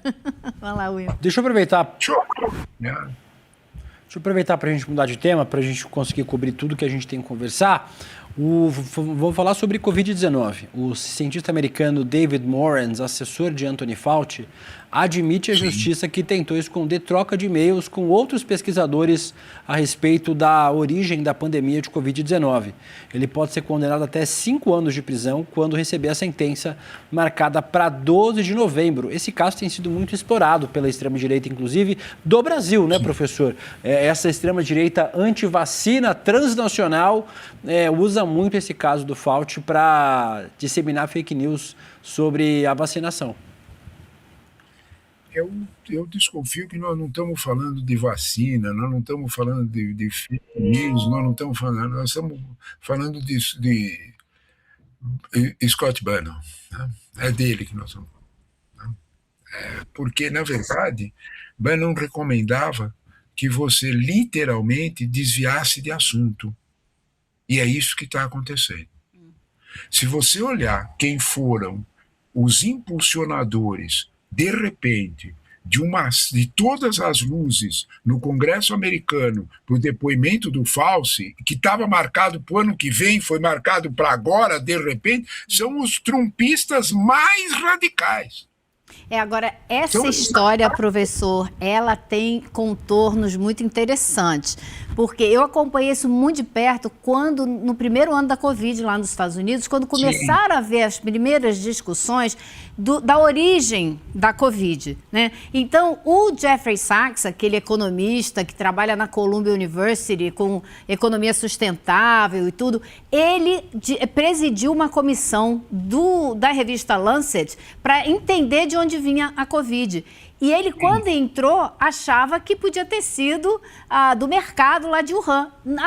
Ao desenrolar da pesquisa, ele começou a entender que existiam implicações outras, que cientistas dos Estados Unidos trabalhavam com cientistas da China, do laboratório de Wuhan, fazendo uma pesquisa chamada ganho de função, que é uma pesquisa que você pega um vírus, corta um pedacinho dele, coloca um código genético humano, um pedacinho de gene humano, para que o vírus possa infectar o ser humano. Para quê? Para eles verem como isso acontece e poderem desenvolver vacinas. Então, existia uma desconfiança e que isso era usado como se fosse uma teoria da conspiração da direita, mas que não era. Uma desconfiança de que isso podia ter acontecido no laboratório de Wuhan, porque o grau de segurança onde essa pesquisa era feita era o grau de segurança 2. Quando era uma coisa super contagiosa, deveria ser grau 4. Então, ficou no ar essa dúvida a respeito de se essa cooperação entre cientistas intermediadas por uma empresa que recebia dinheiro do Pentágono para fazer pesquisas, né? Se isso é que estava por trás da possibilidade de o vírus ter escapado do laboratório e ter infectado o mundo inteiro. E o Jeffrey Sachs, hoje em dia, defende veementemente que essa é muito provavelmente a explicação mais correta para a origem da Covid. E agora surge essa história desse assessor do Fauci escondendo trocas de e-mail. Ele passou as trocas de e-mail para o e-mail pessoal dele, para tirar do Instituto Nacional de Saúde, porque aí tem que ficar público, escondendo esses e-mails. Ninguém está implicando o Fauci, pelo menos por enquanto, nessa história. Mas um assessor do Instituto Nacional de Saúde esconder esses e-mails indica que pode realmente ter havido aí uma cooperação entre cientistas dos dois países, da Universidade da Carolina do Norte, e que ninguém quer falar sobre esse assunto, porque vai implicar todo mundo, né? E é muito possível que essa seja de fato a origem da epidemia de Covid-19. Você me fez lembrar uma matéria grande da Economist, né, que falava exatamente isso há muito tempo atrás, né, 2023, eu não me lembro mais porque eu estou citando de memória, né, precisaria olhar nos meus rachados para encontrar, mas era exatamente isso, né, que era, na verdade, um descontrole em relação ao grau de segurança do laboratório, que daí saiu do controle, daí a dificuldade e tudo mais, né? Então, a própria velocidade, eu me lembro que o argumento era exatamente esse, a velocidade com que a China encontrou vacinas era porque ele já estava ali, o problema já detectado, né? Então, havia essa desconfiança, né? Agora, não há dúvida nenhuma, né, que retomar a discussão das vacinas no mesmo momento em que Trump dá todo o destaque para nomear uma médica anti-vacina, que ele se cerca do Robert Kennedy para fazer de novo discurso anti-vacina, né, ressuscita o Robert Kennedy na frente de tudo, é evidente que nós voltamos, Elô, não sei se você concorda comigo, no mesmo tom da primeira pergunta, né? A base está cada vez menor, vamos fazer aceno que a base consiga entender, né? E a partir daí a gente reabre formas de comunicação com ela. Essa perseguição ao falso e tudo mais tem um viés político, ele tem um viés necessário que é de investigação científica, da gente saber isso é uma realidade. Temos também esse outro lado, que é esse aproveitamento político disso, no melhor estilo Steve Bannon, para proteger o que está uma situação bem difícil. Como está impossível resolver Irã, como a situação na Ucrânia é o que é, e sem a gente contar algo que... Isso aqui é palavra proibidíssima, sem você mencionar como é que está a dívida pública americana, que é algo que os juros estão saindo do controle. Para quem gosta desse assunto, né, os juros pagos hoje pela dívida americana são maiores do que os juros pagos pela dívida grega. Título grego é mais barato. Onde nós estamos? É sinal dos tempos. Professor, eu concordo 100% com o senhor. É método da extrema-direita. Pega um fato, distorce e faz uma outra narrativa, né? E o que você quer esconder a narrativa central do problema. Isso. Professor Leonardo Trevisan, um grande beijo para o senhor. Muito obrigado pela participação, né? Mas dessa quinta-feira a gente se vê. Eu agradeço a vocês pela boa conversa. William, Rodrigo, Elô, um abraço a todos. Obrigado. Um abraço, professor. Vamos agora de professor para professor, o Rodrigo Viana, que também é professor. Historiador. Dá aulas e aulas. Mestre. É mestre. Falando em mestre, Juca Kfouri, o meu Juquinha. Bom dia, Juca Kfouri, tudo bem? Bom dia, Vili, bom dia, Elô. Bom dia, Rodrigo, bom dia, comunidade do ICL. Ele veio até de camisa verde. O Vili sorridente. Ele veio de verde. Depois... Ele veio de camisa verde. Eu deixei um bonezinho verde pro Rodrigo ali, que pra ele exatamente... Nem era esse marketing hoje, mas eu deixei um bonezinho verde de homenagem. Hoje estou de preto para dar sorte pro nosso timão hoje contra o Rosário Central. Mas esse não é o tema do programa com o Juca Kfouri hoje. Vamos falar sobre ela, a cadeira. Isso mesmo. Na eleição de 2024, quando o José Luiz da Atena deu uma cadeirada em Pablo Marçal e um debate na TV Cultura, o apresentador de TV parecia que tinha enterrado a curta carreira política. Derrotado naquela campanha, ele volta agora como candidato a deputado federal. E não é que ele está usando o episódio como chamariz, Juca Kfouri. Dá uma olhada no adesivo, que, inclusive, gente, assim, eu tenho já os meus candidatos escolhidos, né? Quem quiser ver lá no meu Instagram quem que eu vou votar. Mas... Eu preciso desse adesivo. Esse adesivo é aqueles icônicos para você guardar durante a campanha. Inclusive, Juquinha, o da Atena foi para a Assembleia Legislativa, a gente tem a imagem aí para mostrar para vocês, levando uma cadeira, falando, eu falei com o Alckmin aqui, era um evento do PSB, eu falei com o Alckmin... A gente não tem a imagem. Acho que a gente não tem a imagem, mas ele foi levando uma cadeira na Assembleia. Essa imagem aí, ó. Na Assembleia de São Paulo, levando uma cadeira. Juca Kfouri. Sinal dos tempos, das redes sociais, que José Luiz da Atena está usando a cadeirada como marketing político? Veja bem, tem esse lado da gente olhar, para quem olha para a política com seriedade, a gente lamenta, não é? A gente lamenta que isto vire um símbolo e que isto possa auxiliar alguém a ser eleito. O da Atena, a quem conheço desde que ele era repórter de campo em Ribeirão Preto e muito amigo do Dr. Sócrates, é uma figura muito polêmica, né? Muito cheia de contradições. Basta olhar a trajetória política dele, todos os partidos dos quais já fez parte. Digo uma coisa, ele retorna... Olha, isso é um pastelão da pior qualidade, né? Da pior qualidade. Agora, o da Atena sempre foi... Calma, Marçal. Vai ter para você também em seguida, que é muito mais grave. Muito mais grave o que está fazendo o Marçal. Mas o da Atena sempre foi um lulista mais inveterado. Afastou-se, andou se afastando, essa que é a verdade, né? E voltou, né? O discurso dele ontem na Assembleia, e outro dia eu o vi participando de um podcast, ele virou o mais veemente dos lulistas. Não sei em que medida o da Atena conseguirá se eleger, até que ponto esse episódio, né, será decisivo para que ele não se eleja.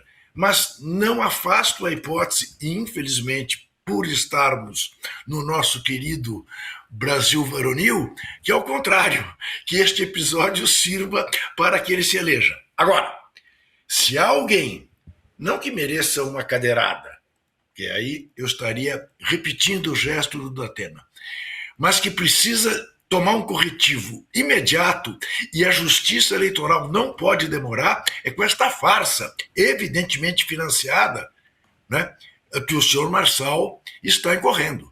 O Marçal já tomou a cadeirada e não adiantou nada, né? Agora, pois duas coisas, né? Precisa tomar a cadeirada da Justiça Eleitoral. Precisa tomar a cadeirada correta da Justiça, né? É lamentável que o Datena esteja usando essa cadeirada como mote de campanha, assim. É de quinta, é um horror, é a promoção da violência, é tudo que a gente não quer na política, né? Agora, o Marçal é pior, né, Juca? Isso que eu acho. É pior, e isto não pode crescer, né? Porque ele está evidentemente aliado ao Flávio Bolsonaro, né? Ele está atacando todos os outros candidatos da direita e o Lula, e está passando pano para o Flávio Bolsonaro. E aí tem, obviamente, uma dobradinha. E não é possível que isto entre em trâmites demorados e que isto seja conduzido até próximo da eleição para que então se diga, não, ele não pode. Mas já fez campanha, já apareceu, já pediu votos e transfere, né, o seu prestígio eleitoral para o candidato das rachadinhas, da casa comprada com dinheiro vivo, com tudo. E o homem da sunga branca e da faixa presidencial. Do Vorcaro, né? O amigão do Vorcaro. Amigão do Vorcaro, isto tudo. O Paulo Marçal também engorda a conta bancária, né? Cada campanha para ele é monetização da política, como explicou aqui o professor Castro Rocha, outro dia numa aula excelente aqui, transmitida pelo ICL, né? Então ele ajuda o Flávio e ele gosta, porque ajuda a monetizar, ele já está riquíssimo, mas fazer campanha, se durar 2 semanas a campanha, ele já engorda ainda mais um pouquinho a conta bancária dele. Assim, é um negócio impressionante realmente, Juca. Rodrigo, você como historiador que também há de se lembrar de Jânio Quadros. Jânio Quadros, quando estava na pior, recorria a campanhas eleitorais e dizia que Eloá precisa, então vamos que vamos. E trazia dinheiro para dentro de casa. Né? É evidente que é isso que o senhor Pablo Marçal está fazendo. Então, a cadeirada moral ele precisa levar, e precisa levar já, porque senão vai virar o que essa eleição? Vai virar realmente uma coisa absolutamente sem limites, né? A gente está perdendo todas as noções de limite, até, né, Elô? Até na discussão do sigilo da fonte, mas esses são outros 500. Assim, se pudermos voltar também para a história do Datena, ô Juca, eu assisti você falou de um podcast, ele foi dar entrevista para aquele Bate, que é um jornalista que hoje tem um podcast e que é bolsonarista, o Bate, mas sei lá, conhece o Datena, foram colegas de programas de fim de tarde policiais, etc. Entrevistou, eu fiquei impressionado também como o Datena fez a defesa assim, do Lula. Ele disse que é o maior estadista brasileiro, é o Pelé da política, enfim, fez uma defesa e falou muito de soberania o Datena. E relembrou o período, como você dizia aí, em que ele de Ribeirão Preto era um repórter da TV local, cobria mais esportes, né, mas também cobria noticiário local lá em Ribeirão Preto. Chegou a puxar um comício, ele subiu no carro de som para fazer comício do Lula em 89, na campanha de 89, né, em Ribeirão. Perdeu o emprego. Exato. Perdeu o emprego por causa disso. Rodrigo, eu vi o Datena sempre foi temperamental. Isso é uma coisa que você não pode negar, né? Ele não faz gênero. Ele é aquilo que ele aparenta. Eu cansei de ver o Datena em bar, de dedo em riste, em quem falasse mal do Lula. E olha, era o quê? Era um momento que a discussão era entre Lula e Fernando Henrique. Não era entre Lula e os Bolsonaros. E ele ficava indignado. Como é que um jornalista podia votar no Fernando Henrique, representante da elite? E eu que tinha sido aluno do Fernando Henrique, da dona Ruth, menos... Não, ele ficava bravo, de verdade bravo. Né? Enfim, agora a minha preocupação, honestamente, não é com o Datena. Deploro. Aliás, Justiça seja feita. Li uma declaração dele dizendo que foi o pessoal do marketing dele que fez, que ele desconhecia o adesivo e que ele se envergonha do episódio. Eu acho que aí é uma esperteza.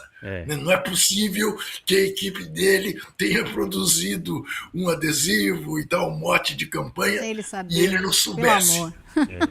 Aí, conta outra, né? Conta outra. Aí ele precisa trocar a equipe dele também. Rodrigo, a gente pode aproveitar que a gente tem alguns minutinhos para conversar com o Juca para falar sobre o Fernando Cerimedo, né? Eu acho importantíssimo. Tem mais revelações que foram trazidas pelo jornal Página 12 da Argentina de que, na verdade, a então companheira do Cerimedo estava grávida do Cerimedo e ele tem... e ela tem gravações dele acusando o governo Milei de uma série de crimes de corrupção, né, Rodrigo? Exato. Essa história é complexa, mas é importante porque o Cerimedo, Juca, Elô, Will, o Cerimedo é um personagem da extrema-direita latino-americana. Ele deixou de ser só da Argentina, ele fez campanha para o Milei, ele veio aqui no Brasil interferir na questão das urnas aqui no Brasil. Então, ele é um agente, conversava até com a Elô antes do programa. A gente fica até em dúvida se ele não é bancado por pessoal lá do hemisfério norte, vamos dizer assim. Mas isso é uma suposição. O fato é, primeira página do jornal Página 12 de hoje, a ex-companheira dele que sobreviveu a um atentado. Gente, vocês estão acompanhando essa história? O Cerimedo, amigo do Eduardo, do Flávio, atuou aqui no Brasil, argentino, era companheiro de uma mulher na Bolívia e tentou matar a companheira. Ela sobreviveu e de dentro do hospital deu uma entrevista para o Página 12, que está aí na tela, dizendo que ela tem gravações de mais de 1 hora em que o Cerimedo conta para ela os bastidores da corrupção do Milei. Olha que coisa maluca. E é um negócio muito sério. Então, é uma tentativa de feminicídio, talvez por motivos que a gente não conhece, motivos privados, ou talvez porque ela tenha ameaçado revelar o que ela sabia. E isso impacta Milei e impacta a família Bolsonaro. Ela sobreviveu ao atentado e vai poder dar esclarecimentos sobre isso. Se tem as gravações, elas já vão aparecer. Muito sério. Essas gravações, Rodrigo, elas até, não que fossem dele, tá? Mas tem um escândalo acontecendo na Argentina de que surgiram gravações que ninguém sabe de onde vieram e que falavam de um caso de corrupção dentro da Agência Nacional Andis, que chama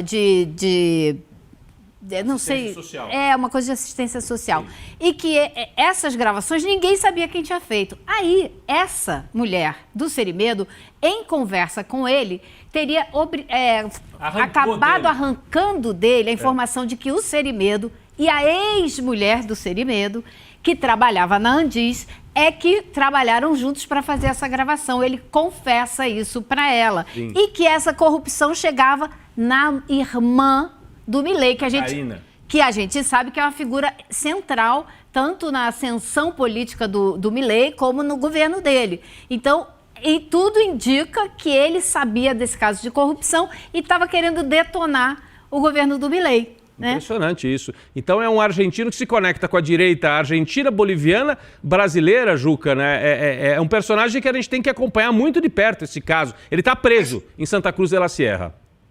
Mas por que isso não nos surpreende? Nem um pouco.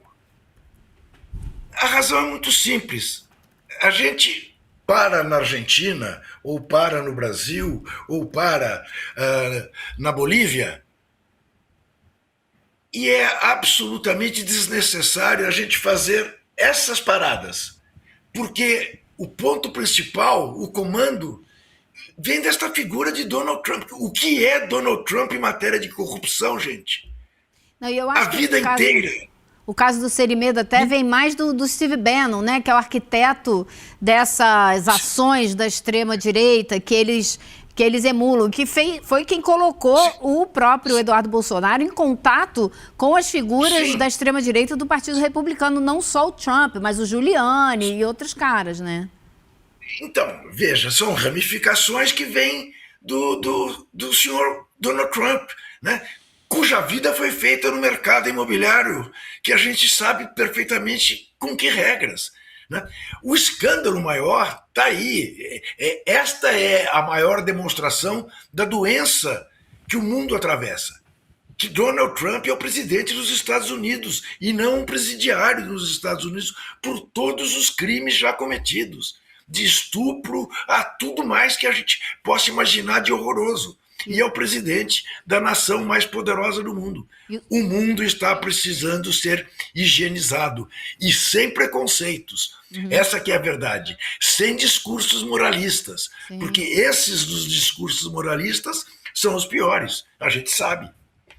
E eu acho que a gente tem que prestar, como o Rodrigo falou, tem que prestar muita atenção no que acontece com o Cerimedo e para a gente entender as ramificações do trabalho dele. Porque ele faz um trabalho, país por país, né? E veio aqui no Brasil, ele estava aqui, botando lenha na fogueira na tentativa de golpe. Ele foi para o Congresso, participou de uma sessão que durou o dia inteiro, né? Depois que o presidente Lula foi diplomado e que os golpistas todos se reuniram lá, e ele falou durante 20 minutos nessa sessão, repetindo a mentira que ele lançou naquela live dele sobre um dossiê de que as urnas eram fraudadas e tal, e que isso é usado pela extrema-direita aqui como se fosse indício sério de denúncia de fraude nas urnas. Então ele fazia o podcast lá para gerar notícia, para a extrema-direita aqui pegar e usar, e entrou na justiça. A PL entrou na justiça pedindo para revisar a contagem de urna e tal, com base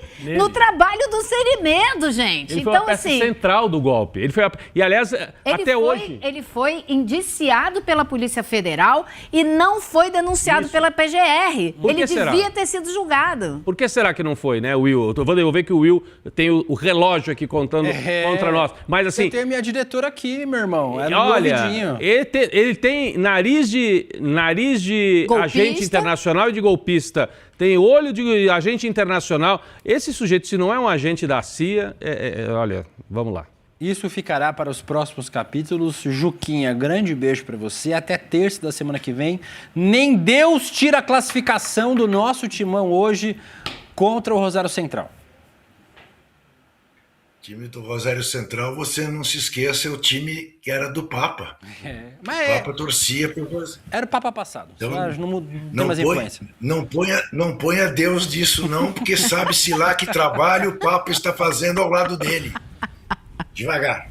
Mas o Papa é do Rosário e Deus é corintiano. Isso aí. Beijo pra você. Isso é verdade. Deus é fiel. Beijo pra você, Juquinha. Até terça-feira. Tchau, Juca. Na chamada do programa, a gente já trouxe o que o Ailton vai trazer para a gente na coluna de hoje. Com o fim do prazo do registro das candidaturas, já é possível traçar um perfil dos concorrentes às eleições desse ano. Quase metade deles, 49,9%, se autodeclarou negra, somando pretos e pardos. Com isso, a maioria dos partidos cumpriu o percentual mínimo de candidaturas exigidas pela legislação eleitoral. Na coluna de hoje, o Ailton Ferreira faz um questionamento. Os partidos também vão cumprir as regras de distribuição de recursos destinados a candidaturas negras? Vamos assistir. Bancada e comunidade do ICL Notícias. Encerradas as inscrições para as candidaturas proporcionais e majoritárias e os registros do Tribunal Superior Eleitoral no Brasil dão conta de que 49,9% das candidaturas se autodeclararam negras, ou seja, o somatório de pessoas pardas e pessoas pretas, que equivalem a 49,9%.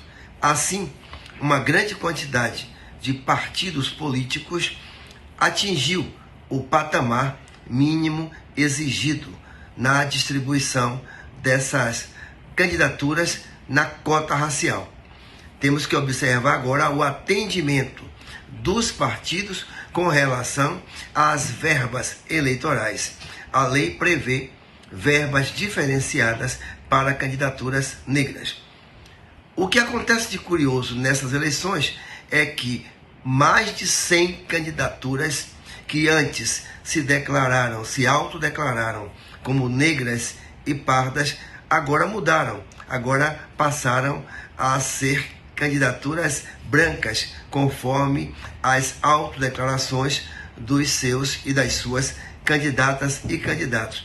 Portanto, é aguardar a destinação dos recursos para os fins eleitorais e que os tribunais não perdoem, não faça como fizeram no passado, dando o perdão para os partidos que não cumpriram a destinação real, né, dos valores estabelecidos de acordo com o percentual das pessoas que se autodeclaram negras. Uma outra coisa é que o eleitorado de todos os estados deve ficar atento para aqueles e aquelas que há 4 anos disseram que eram pretos e pardos e agora mudaram para brancos e brancas. Então, vamos ficar atentos para esse povo que está mudando de cor a cada 4 anos. Isso é importante, especialmente lá da Bahia, né? A gente sempre tem esse fenômeno de saber exatamente onde o ACM Neto vai estar, né? Às vezes ele é branco, às vezes ele é pardo. Depende da eleição. Falando nesse tema, aproveitar para chamar o 3P hoje, o Papo de Preta Progressista, Roberta Garcia, entrevista ele, o homem mais cheiroso de Brasília, Jorge Misael, cheiroso e inteligente. Mais gentil, mais elegante, Jorge mais Misael, educado, bem informado. E, nossa, eu poderia passar um bom tempo aqui falando do Misael, viu? Ele não é apenas um rostinho bonito. Não é só um perfume, não. Eu vou enfatizar no cheiroso, porque isso me pega muito. Um grande beijo pro Jorge Misael, inclusive, saudades de você, Misael. O tema de hoje é a renovação do Congresso. Pode ser tão decisiva quanto a eleição para presidente, né? E quais os impactos disso para o futuro do Brasil. Hoje, 6h30 da tarde, 18h30, Roberta Garcia com Jorge Misael. Você que não se inscreveu, se inscreva aí no canal da Roberta, @pretaprogressista. Importante também a gente fortalecer. O Robertinho que faz parte do projeto Incubador ICL, que também tem aquele programa, o Rolê, também faz parte deste projeto. Importante, né? Se inscrever no canal, né? Se inscrever no canal, isso é importante demais. Fechamos nossa enquete. Que nome a gente vai dar para o plano de governo do Flávio Bolsonaro? O pessoal escolheu Bolsonaro requentado. Eu tinha gostado mais do retroeleitoral também. Com retroeleitoral. O pessoal não... Acho muito grande, Bolsonaro requentado. Não é Eles não ligam para nós, Maicon. Podia ser copy-cola também. Também. Copy-cola. Qualquer coisa, né? O que importa é que é tudo copiado.